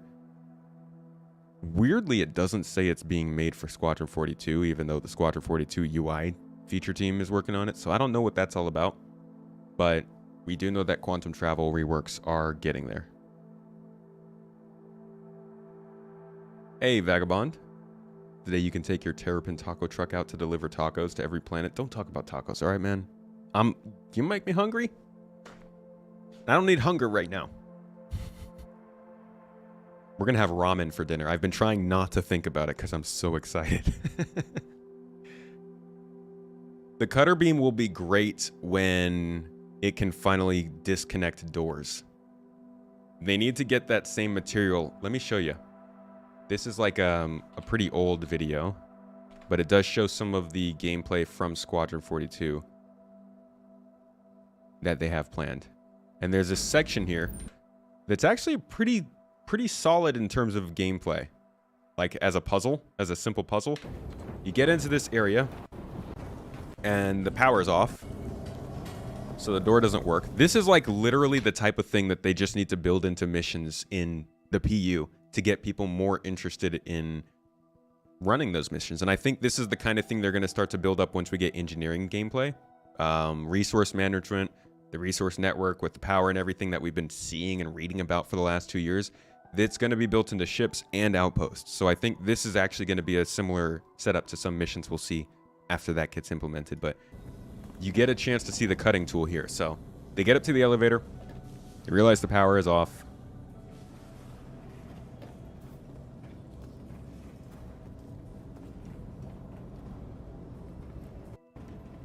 They do some exploration. They get in here.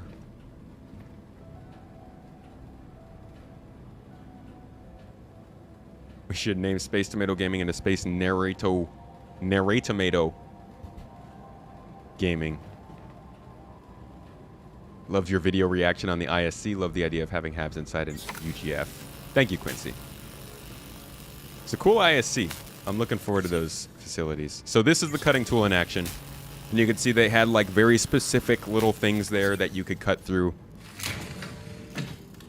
You realize, oh, there's no battery in here. Oh no. And this person, knowing exactly what to do, goes right to the battery. First doing a little bit of manual power.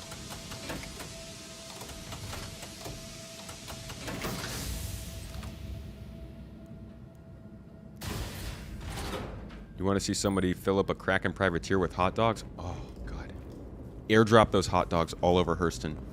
Watch the Hurstons freak out because they don't like feeding their people.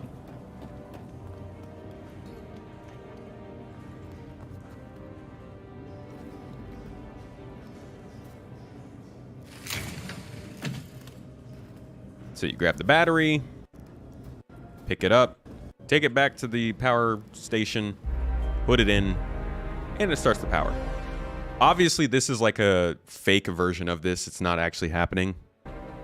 But this is how resource management is supposed to work. And I think this will be some missions that we have in game.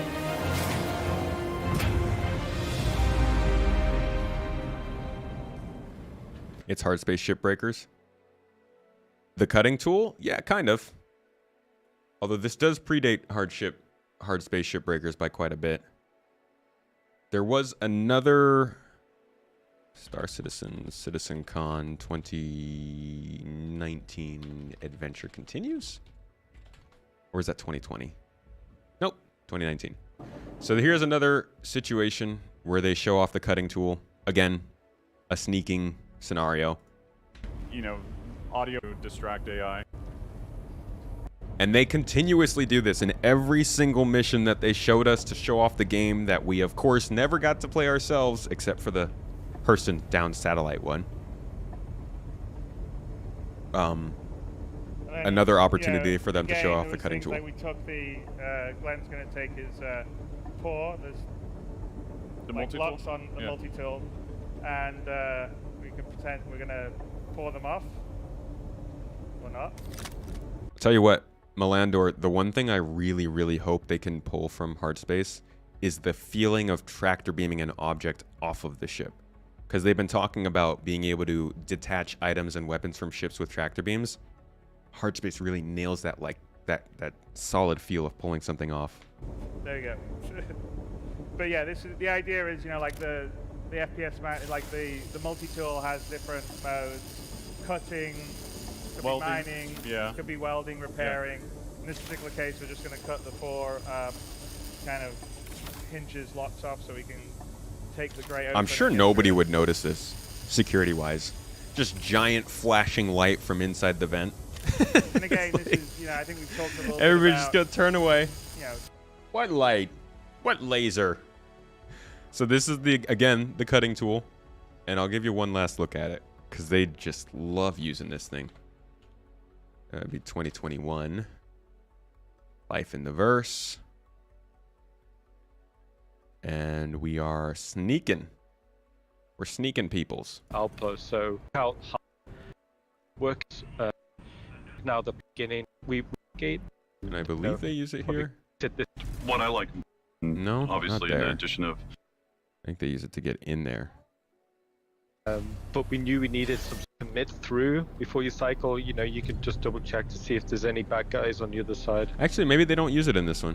So we got some ragdoll Nope, bugs. they use it. I guess it wouldn't be a Citizen Con without any sort of issues or bugs.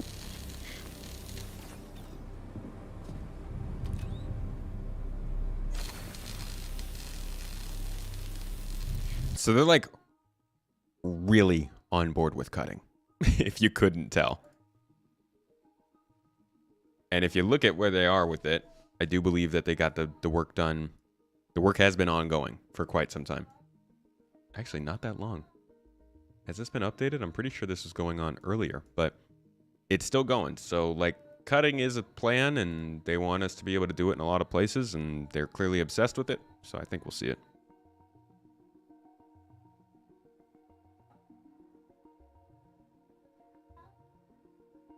NZ, thank you for becoming a member on YouTube. Much appreciated. Means a lot.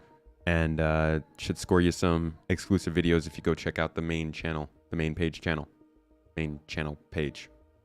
Thanks for the support. What's with the Spirit? How soon is it going to be? Any suggestions? We went over the Spirit. And sometime this year, I think. 319 possibly.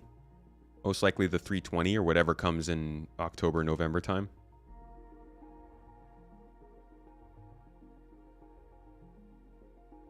When do we think the player base will be able to experience capital ships outside of events? Kraken, Polaris, Idris, is there a timeline? Pyro, post-top Pyro? I think true capital ship gameplay isn't going to be a big thing until dynamic server meshing, which is a long way away. Unfortunately. I mean, I think we'll have capital ships in the game, but I don't think they're going to be that useful until server meshing allows us to have more people in them functioning correctly. Maybe one capital ship versus a bunch of other small ships, but like capital versus capital is going to be hard. I guess static server meshing will allow for capital ships to go out and do things on their own, so it could be within the next couple of years. No. Sorry, we're not waiting for dynamic server meshing for capital ships. I just don't think capitals versus capital ships is going to be that great until dynamic. But static server meshing could probably allow for it. Don't take my word for it. You know, I have no way of knowing. We already have the 890 jump, so clearly they are willing to try it. It's just a matter of when the ship is important enough to put in the game. I don't know what capital ship would be necessary. I was going to say necessary necessarily. But I do honestly think that they're waiting until they have a really good reason to put a capital ship in. Because it's just a lot of work. It's a lot of time. It ties down multiple people from the ship team for a good amount of time. And that can slow everything else down. It's like if we looked at something like the Polaris, 7 people. 7 freaking people to work on the Polaris for, what, how long? It is 6 months. That's a lot of man hours just to go into one ship, and that's only for the art. So they have to make sure it's worth it.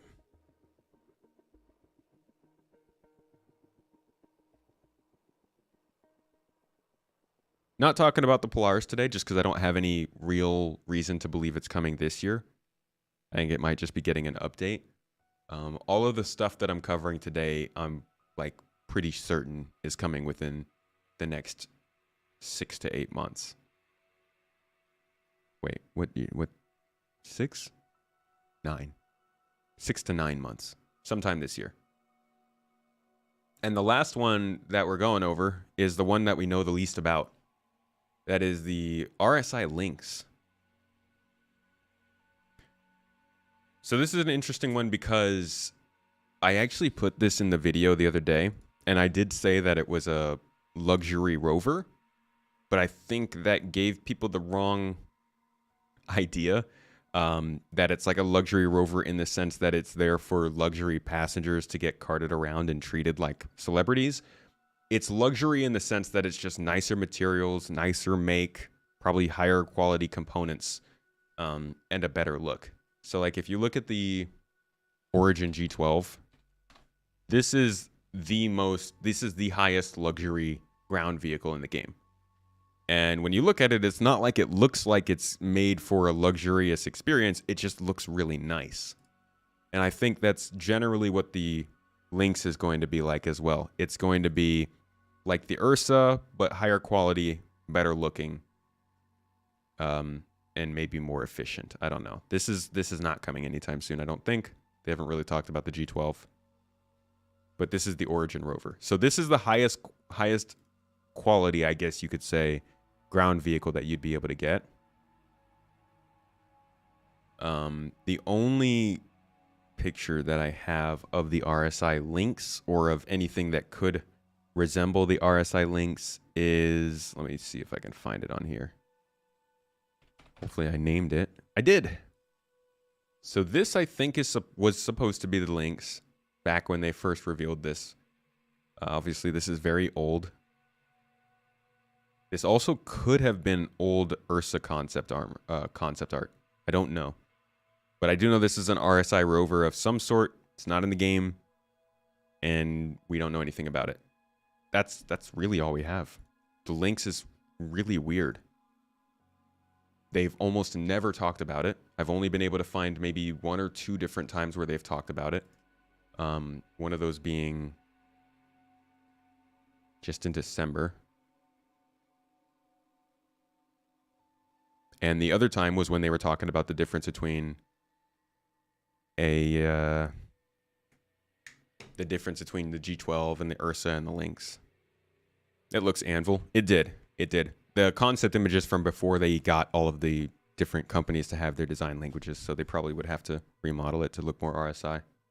We're working through that at the moment. We're working on the Lynx. Lynx, thank you. The Lynx, that's also in white box, again, early days. We've white boxed most of the interior and kind of going through the exterior at the moment. Mm-hmm. And although it's based on the Ursa kind of like chassis, I think the only real bit that's being reused is probably the cockpit. Even that will get some love. But yeah, there's like visually, it's going to feel as part of the same family, but will be a different vehicle altogether. We've got the. Honestly, I think they tied themselves up with the Lynx. I want to believe that like they kind of just made it as an alternative to the Ursa, and now they're like, oh, okay, we got to do it. Crap, what was I about to look up? Something about the Lynx. Come on. What was it? Tell me it is. Oh, right. On the progress tracker. Is it on the progress tracker?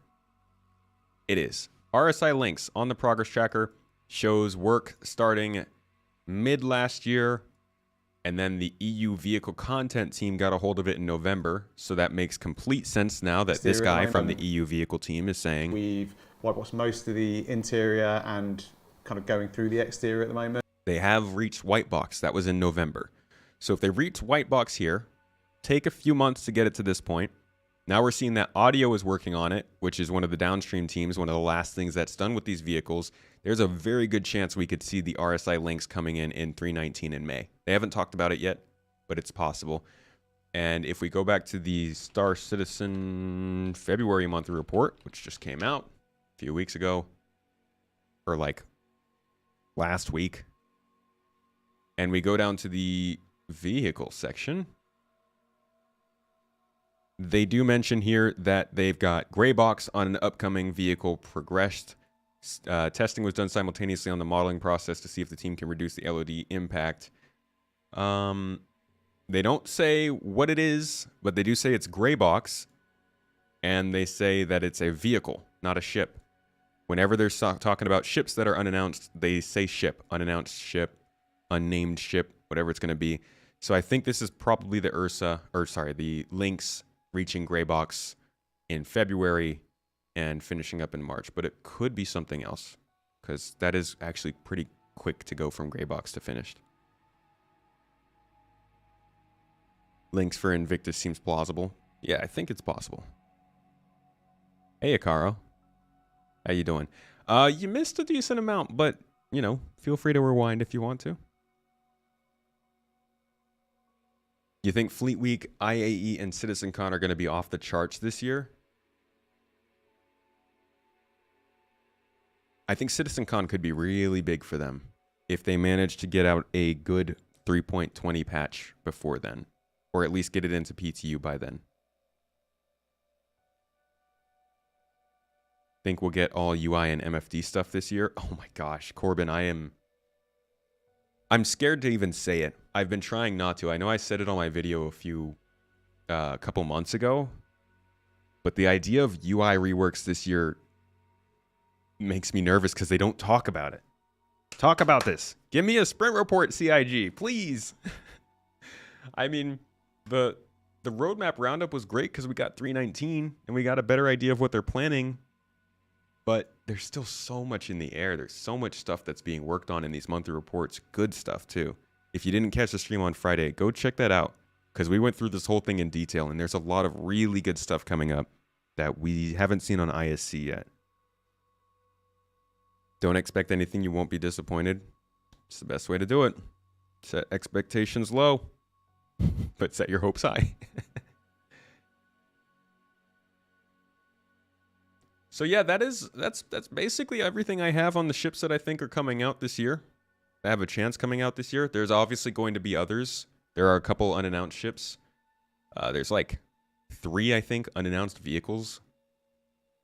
There we go. So here is the mention about the Argo SRV and its go-no-go meeting. They said that they got to LOD not or LOD 0 on an unannounced ship, which means it's reaching its highest level of detail. They also said they got a new variant into LOD 0, passing its gray box in January. So this could be another vehicle we're seeing this year. Oh, you know what? I forgot about something, guys. The Santokyai. My bad. So this is an interesting ship. For those of you who know the Car2All and how crazy it is, this is its bigger brother. The Santokyai is a 2-person, I think, medium fighter with 2-phase omnidirectional thrusters with some pretty crazy things going on with that thrust. The Aopoa or Xi'an's ships, this is actually an alien ship designed by the alien race Xi'an, but made to work for the humans, are really maneuverable. Like in 0G, these things can dance circles around other ships. And It's a cool ship, but it's another one that we don't really know much about. Let me see actually if they've made any mentions on... I don't think they've really made mentions of this on videos. But it, like it was hinted to by Lanier, it literally translates to ship that creates genuine fear. It's supposed to be a pretty hardcore ship. Scary to come across. And it looks very cool. Especially while landed. Oh my gosh. It looks freaking sweet while landed. I would love to just fly it like this, to be honest. Very cool look. Let's see. Yeah, so this is the only stuff they've mentioned about the Santokyai, which is basically that, like, they've started work on it. Talk about? Well, I can say that we finally have the Santokyai in production. Okay. So that's previously announced. But beyond that, the ship teams, both in the UK and the US, are working on some really cool ships, which I can't really say. There's too that much one about, really but cool ship. There's the more than one. Does the thing. It's yeah, really cool. There's more than one. So really we're doing like some it. really cool. Really excited about that. Yeah, we're doing some really cool new things. So they've got some stuff in the works. It doesn't mean they're coming out this year, but the Santokyai is definitely going on. And as has been said in chat, Rimden Alien Week does seem like a pretty solid bet for this ship to be coming out. Although they got it to white box just now. I don't know if it would be ready by then. Being a different design, they do have work scheduled until June, but no audio, no VFX. I don't know about it coming that quickly. Would be exciting. But I wouldn't set expectations on that. Do you think cheaters will be a big thing in game? Do you think that CIG will do something? Yes and yes. Well, no and yes. I don't think cheaters are going to be a big thing, relatively speaking. Like, if we have 2 million players, I don't think 500,000 of them are going to be cheaters. But I do think it's something that we'll run into occasionally. And I do think CIG is going to try and do everything they can about it. There was a Spectrum post about the work they're doing on the animations for it. Okay. And then they talked about currently in the gray box stage, undergoing significant testing to see how far the team can take secondary motion. I guess that's probably what they were talking about. The goal for us is to make the ship feel as though it is reacting heavily to its inertia. Doing this requires that we apply blend space animation similar to what we do with characters. So they're doing something a little bit different for it, which is cool. Which probably means that it's going to take a little bit longer than your average ship. Whenever they do alien ships, especially one of the first alien ships, it takes a little bit longer for them to get the design language down. Probably post-Alien Week now that you think about it. It's going to be weird having 319 drop in May and then likely having to wait all the way until October for the next patch. Usually the way it works is you get a patch in March, and then you get a patch in July or August, and then you get a patch in October. But this year, we're doing it this way. I think maybe we'll see a 319 in August, and they'll drop a couple of new ships and maybe a couple new missions there. I'd be happy with that, but they didn't say anything about it. Alien ships are great, but can we have aliens? That'd be cool. I would like to see aliens in game, but I would like humans to work first. Okay? Can we just can all the humans in game please stop standing on chairs first, and then we talk about aliens? That comment about it reacting to motion and such has you super hyped. The thing is going to look really bonkers in motion.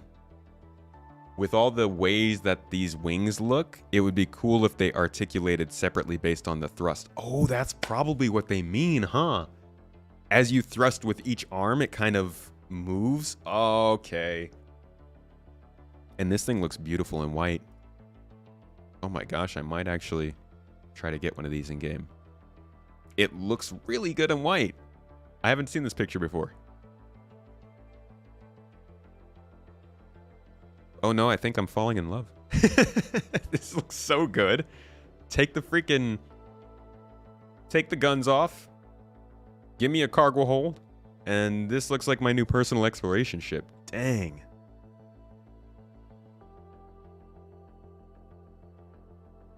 Would be awesome if they put simple maintenance missions. You go to a landing zone and repair some pipes, boxes, and wires with the hull scraping mechanic. With that and interiors. You know what? One of the most exciting things I've seen that I'm still waiting on them to do with maintenance missions is stuff in cities. I've seen some of the stuff in Lorville and I think New Babbage.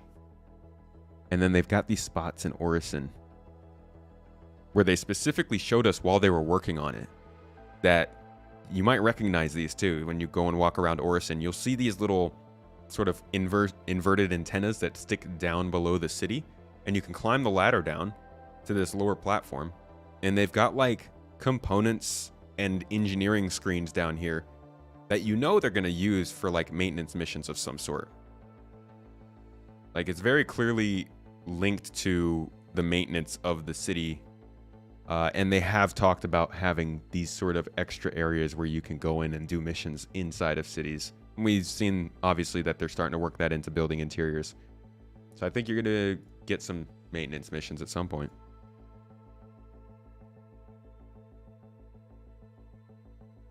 Really love white. I mean, it's clean.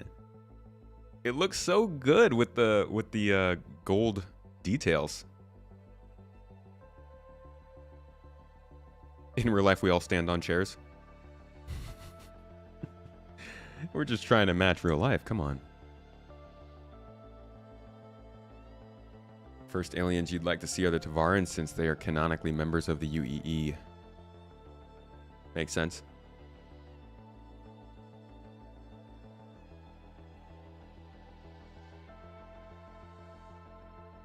They found and fixed the issues that that was making NPCs stand on chairs. Yeah, they also mentioned that in the monthly report too. Let's see if I could just look up chairs. There we go. The team fixed and investigated issues with 318, including a problem with NPCs standing on chairs. This was caused by the incorrect animation setup of benches and chairs, likely due to a mannequin tag refactor that was not correctly propagated through the usable setup. It'll probably come back at some point again, because NPCs on chairs is inevitable.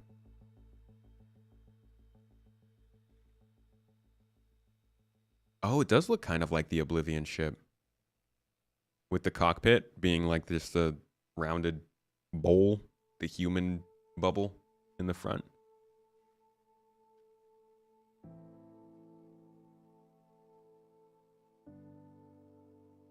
Kind of looks like a heavy X1 in the middle. It's a cool looking ship. I've never been that interested in it, but it does look very good in white. Granted, these are all renders, so it probably won't look as good in game, but I was never a big fan of the green. It also probably looked pretty cool in black and red.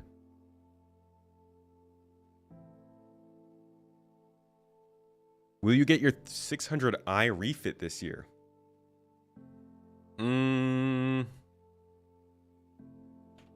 I don't want to be the bad news bearer, but I don't really think so. They haven't even updated the progress tracker on it. Whoops. That is my chat window. They haven't really updated the progress tracker on it, so I don't know. Let's see. They talked about it a little bit last year. What was that? During Ship Talk?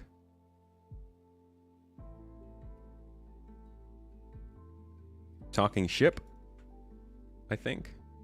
Between the three variants, there are a number of shared areas. What is it? Greycat STB. Vehicle. And we've actually reconcepted the PTV, and we have the concept for the UTV. And when you see all three side by side, you'll see that family resemblance. The interior again is similar. Right, you mentioned the UTV. They talked about the 600i at some point last year. I don't remember. Was it an ISC episode?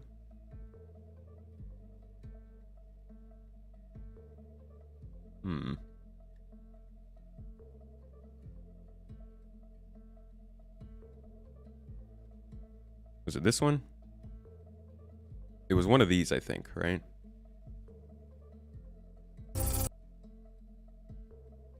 And this is the Galaxy and the Pisces.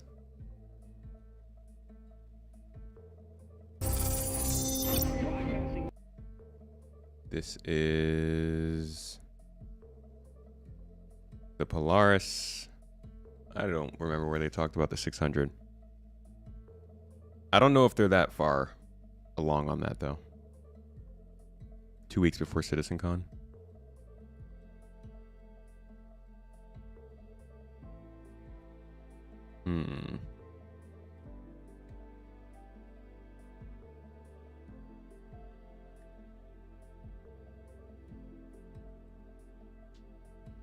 Oh man, I lost chat.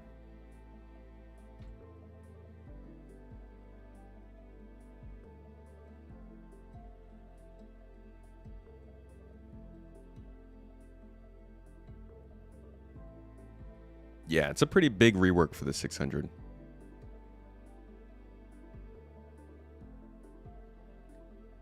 See, I just said 3.18 this week, but I doubt it. Don't don't put your money on what they're saying about 318. Wait till it's live. It's anything can happen.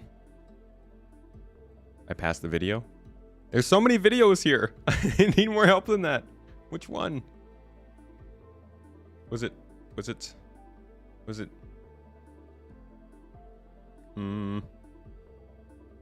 was the name?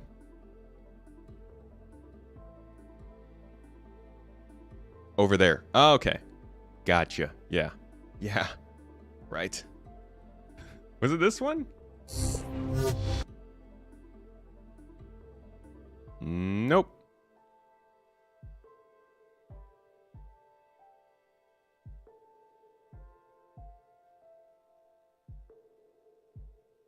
Any news on the Banu Merchantman? Nothing since this episode all the way back here. They did mention, I think,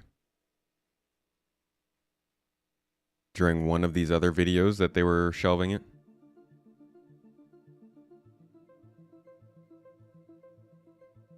You played in the stress tests and the PTU all weekend. It could go live this week. You've seen jankier live builds. It's close.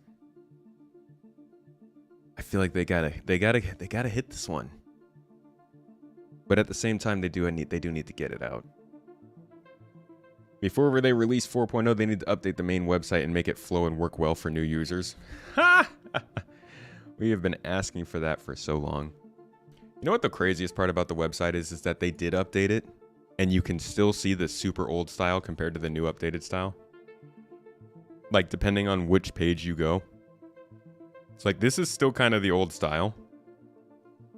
But then if you like click into certain things, like go to the community hub, you can see a very clear difference in the styling. It's all solid colors. There's a lot more layering. There's not like all this stuff in the background. And it's just really jarring to have like how different it all kind of is. Yeah, I hope they update the website, but I'm not incredibly hopeful. Not soon. Your friends all abandoned you until 318 comes out. I get it. If I wasn't making content, I probably wouldn't be playing 318 as much as I did, just to give myself some time. Some time to relax and decompress from 317 and the torture it has put us through for such a long time. The one before the last one you opened? Oh, really? Was that... Now I need to remember which one that was. This one? With the Galaxy?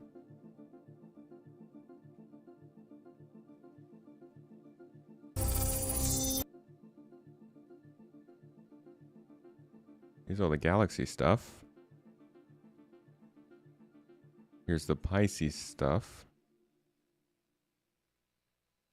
Okay, so it wasn't this one. Taking flight. Okay, thank you. Now I just gotta find that one. Here we are. Oh, it was a Star Citizen Live. Countdown is Okay. done. I didn't realize. Okay, cool. Thank We're you. gonna cover a couple images here, and then we'll come back for the bigger look in a few weeks. So feel free to talk. Do you want to talk about the overall layout? Yeah, without spoiling the future thing, Yeah. just to say layout-wise, currently the 600i, the middle section is the module that changed. Yeah. if you mentally think of the entire interior back half changing as the module now with the rework, and the middle section is the shared crew quarters, that's the best way of thinking about it in terms of where you're seeing these images. Like this one here is the back of the That's cool to see, module Bungie. now. So you see we've kept the big glass window. That's Yeah, we've tried to stay true to the exterior as much as we possibly can. There is going to be a few subtle changes. It shouldn't grow or shrink or change in any form. So it should be the 600 that everyone, yeah, you can do that face, you can do it, but it should be the 600 that everyone kind of loves already. But there is, we need to Nothing ever changes size in Star Citizen when it gets reworked. improve the You guys remember how big the Cutlass got? I think both the Cutlass and the Avenger series were like pretty significantly smaller than they are now. collar. the weapon and turret integration. And The lifts are changing. There's escape pods. some extra windows on Yeah. the top. So there is some exterior changes, but the majority of it's going to stay as true to its current form as possibly can. What is this? This is the I haven't seen the new Mandalorian, but I am excited for wildlife in the game. Yeah, and it does seem to follow the 890 styling a bit more, which is good. Hey, Akaro, another test squadron mate in here. Thank you so much for the membership on YouTube. Appreciate your support. Make sure to check out the main page on the YouTube channel for some exclusive videos you just got access to. cargo lift area of the Explorer. This is a cargo lift? Yep. This is the fanciest cargo lift I've ever seen. Origin. Yeah. Jeez. And Gotta be just to make fancy. people extra happy, that cargo lift fits a Nova on there now. Yeah. It fits a Nova? Yep. So like, when we say there was a lot of wasted space inside the 600i, there was a lot of space in there that we've claimed back with the modern way of thinking of doing layout. Look at Jared's face. We're going to have problems if people are carrying Novas around in 600i's, all right? Now we got to get a luxury tank. We need a Origin to go make that hover tank from Battlefield 2142. Thank you, Akaro. Seriously, it does mean a lot for us. Thanks. That's like, there's actually 3 decks in the 600i rework. And the bottom one of the Explorer can hold that. And this cargo room. All the ideas. I just, my first thought is that the Nova is a stylish clash with Origin, and maybe Origin tank. We should be doing an Origin tank. Origin hover tank. Come on, guys. Come on. We're gonna go back to the images now before I get somebody in trouble. So we got the cargo. Got the cargo lift. Yeah. You can kind of see in this. There's Luxury actually, tank exploration. Interior lifts as well to allow you to kind of move cargo up through the ship. Yeah. Because. Never noticed in the bottom here, you see this? The little subheading says, "This is definitely still work in progress. Tell your friends." There's other areas of the ship that allow us to store cargo as well. Yeah, the big cargo lift at, I guess, the middle of that picture only goes to the outside, and then the one closer to you goes between the decks. There's more shot from the other angle. Yeah, reverse angle of that one. Again, this is all concept. None of this is in production yet. Yeah, we haven't started on the 600. Taryn, thanks for the 100 bits. The pizza look at fund, the as camera, always, is grateful for you. This camera, we have not started on the 600i rework yet. This is just concept. Just concept. Just concept. And this was me wondering about an Origin tank. That is not how things get made. Nope.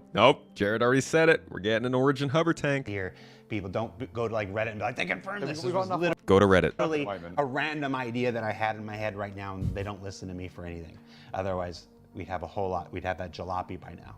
Where's my jalopy, Stop John? bringing up the Where's jalopy. my jalopy? It's not going to happen. See, they don't listen to me. Don't talk to them about the So what is this room? So yeah, they didn't even start on the 600 rework by then. I think this is going to be a while, because this is like not necessarily making a whole new ship, but this is a lot of difference from what we have right now. This is going to take some work. This is the armory. Yep. So this is sort of top deck of the Explorer version. Yeah, and there's again decent amount of size, so each crew should have multiple suit locker space, multiple weapon racks. It's well decked out for. Big Hey, Marnius, thank you. Thanks for tuning in for the content. This looks like just alternative. We can't decide on what color we want it. Gotcha. I like the Is darker armory one in more. both versions? Darker looks No, better. It's only in the Explorer. Gotcha. Which one, y'all? Light or dark? I really like the dark version more. I think just because of the red accenting. Do I think there will be better gameplay loops in the future towards organizations such as warlords, security services? Like, could the Med Runner gang group actually have in-game function? Yeah. Oh, absolutely. There's going to be a lot of much larger scaled missions, I think, that require more nuance, more diverse gameplay between a group. Y'all are dark? What's the executive version? Is that an Explorer? Not decided, and I can never remember which one. Because I mean that could be the executive, and that could be the. Again, interior tinting. Just me wondering out loud. Don't. Yeah, interior tinting isn't doable. As much as I hate it, it's just something we can't do yet. So it's one or the other at the moment. Okay. That does make a little sad face. What else we got here? What's this? That looks like a cargo ramp or something. Yeah, I think. Oh, I think this is the upstairs, isn't it? This is the middle deck of the Explorer. So this is the cargo ramp we talked about before. There is a storage room for. It's a good point, Klepter. All your stuff. Yeah, so basically, you're not having to bring your cargo up and just leave it there and then not be able to fit anything else in. You can bring that cargo up, move it up to its storage, and then you've got that ramp free for other activities. Yeah. Scotty Ford in the chat is saying can't tint the interior. Scotty Ford can't tint the interior. You can still. The paint in the tint system for the exterior is still there. It's just we can't paint the interiors. Just the way we build our ships, those two systems don't work together. Yeah. So, thank you for the concern, Scotty Ford. In case anybody was wondering if we're really live. Scam. Touring time. Whoa. Bit of a style change. That looks like. Remember that image That is of wildly Goss different. that we used for like every CitizenCon and Gamescom that we did for years, like 2013, 2014, 2015. This reminds me of Goss. When I was picking the images for this one, I gravitated to this one, and then the more I looked at it, I preferred the other color ones we have because there's. Was there another color? There's like a blue and orange one, and some other colors, but think of those light things as and RGB lights. A lot of this as well is, like I say, this is concept. This is kind of like kind of defining the idea. When we get into production, there is still that. Okay, are we happy with where we're at here? Does it actually kind of visually look how we want it? So there is always that kind of iteration on things like the colours on the walls, the lighting colours, and what we really want to kind of like sell the mood as. So we get to tend to first do that stuff. And then this is like a water wall. Yes. You can tell they definitely took the stuff they learned from the 890 for this, at least concept-wise. Water feature, and off here. I don't have a 600i now. I think more important than repainting interiors, sorry about that, would be just making sure that we can place props and stuff and decorate. Non-uniform scale. Take it, scale it down, export, make game. Submit, drop down. Yeah. Run holiday, brilliant. And that's all we got for today. So that's a brief look at the 600i concept rework. We'll be looking more at it in a couple weeks during IAE. We'll talk about the layout, and you said it was 3 levels now? Yeah. 3 levels now and stuff like that. So expect to see more on ISC in a couple weeks. John, Ben, that's it. That's all we got for you. Thank you so much for coming over, hanging out. And chat, that's all I've got for you. Thanks for coming in and hanging out. No, seriously. Those are the ships that I think we at least know are coming this year so far. The Argo SRV, the Misk Hull C, the Crusader Spirit, the Origin X1, and the RSI Lynx are my main bets. That doesn't mean they are coming for sure. This is speculation on my part based on what we've been seeing from video, progress tracker, basically all the tabs that are open on this screen, video, progress tracker, monthly reports, all that kind of stuff are pointing towards those ships. From what I've seen, there are definitely going to be more, as I pointed out on the monthly report. They have a couple unannounced ships. They have a couple unnamed vehicles. So we'll definitely be seeing more throughout the year. But I think those, what is that, 4, 5? Those 5 are a decent bet over the next year. And 3 of those two of those, the Hull C and the SRV, are going to make pretty significant differences to the game. So I'm very excited for them. I'll continue to cover them throughout the year on YouTube. Consider subscribing over on YouTube if you want to keep getting more news and coverage about this stuff.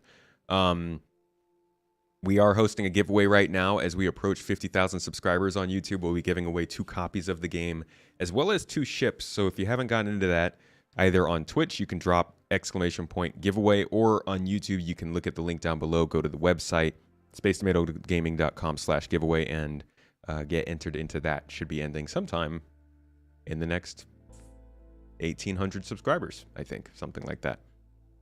Yeah, I haven't watched Star Citizen Live from last year, so I don't know anything about the Misk Fury. I need to hear specifically what they said about that. I don't know if they said it was going into concept. I don't know if they just leaked the name on accident or if they said there's actually work being done on it. So I'm not going to really include it in any of my lists just yet. So like we don't start setting expectations for that. But hopefully that is another one that's coming this year. That would be cool. Everett, thanks for coming by. Hope they'll release an RSI large or capital ship. We'll see. Thanks for the stream. No problem, Icario. Icaro. Fury is a mop and bucket. I gotta go and check out Star Citizen Live and see what all the Misk Fury stuff is about. Links have been dropped in the chat for the giveaways. If you don't want to do the extra work and just want to get into it, feel free to click through.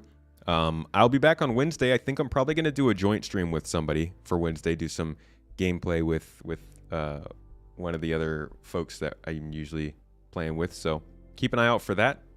I'll have that posted up by Wednesday, and we'll be going live at the same time, same place as always. Y'all on Twitch, I'm going to send you along. Let's see. Let me jump in here real quick and see if we can find old buddy, old pals. Think I'll do a moist noodle raid.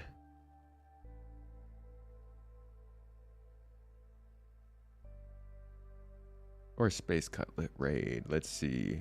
Cutlet's doing some gameplay. So I'll drop you guys in for some more excitement. I think we had a good talk. Had some good information thrown back and forth here. So now I'll throw you to somebody who's doing some gameplay so you can actually see the game in action instead of my talking face all the time. And like I said, I'll be back on Wednesday for some gameplay.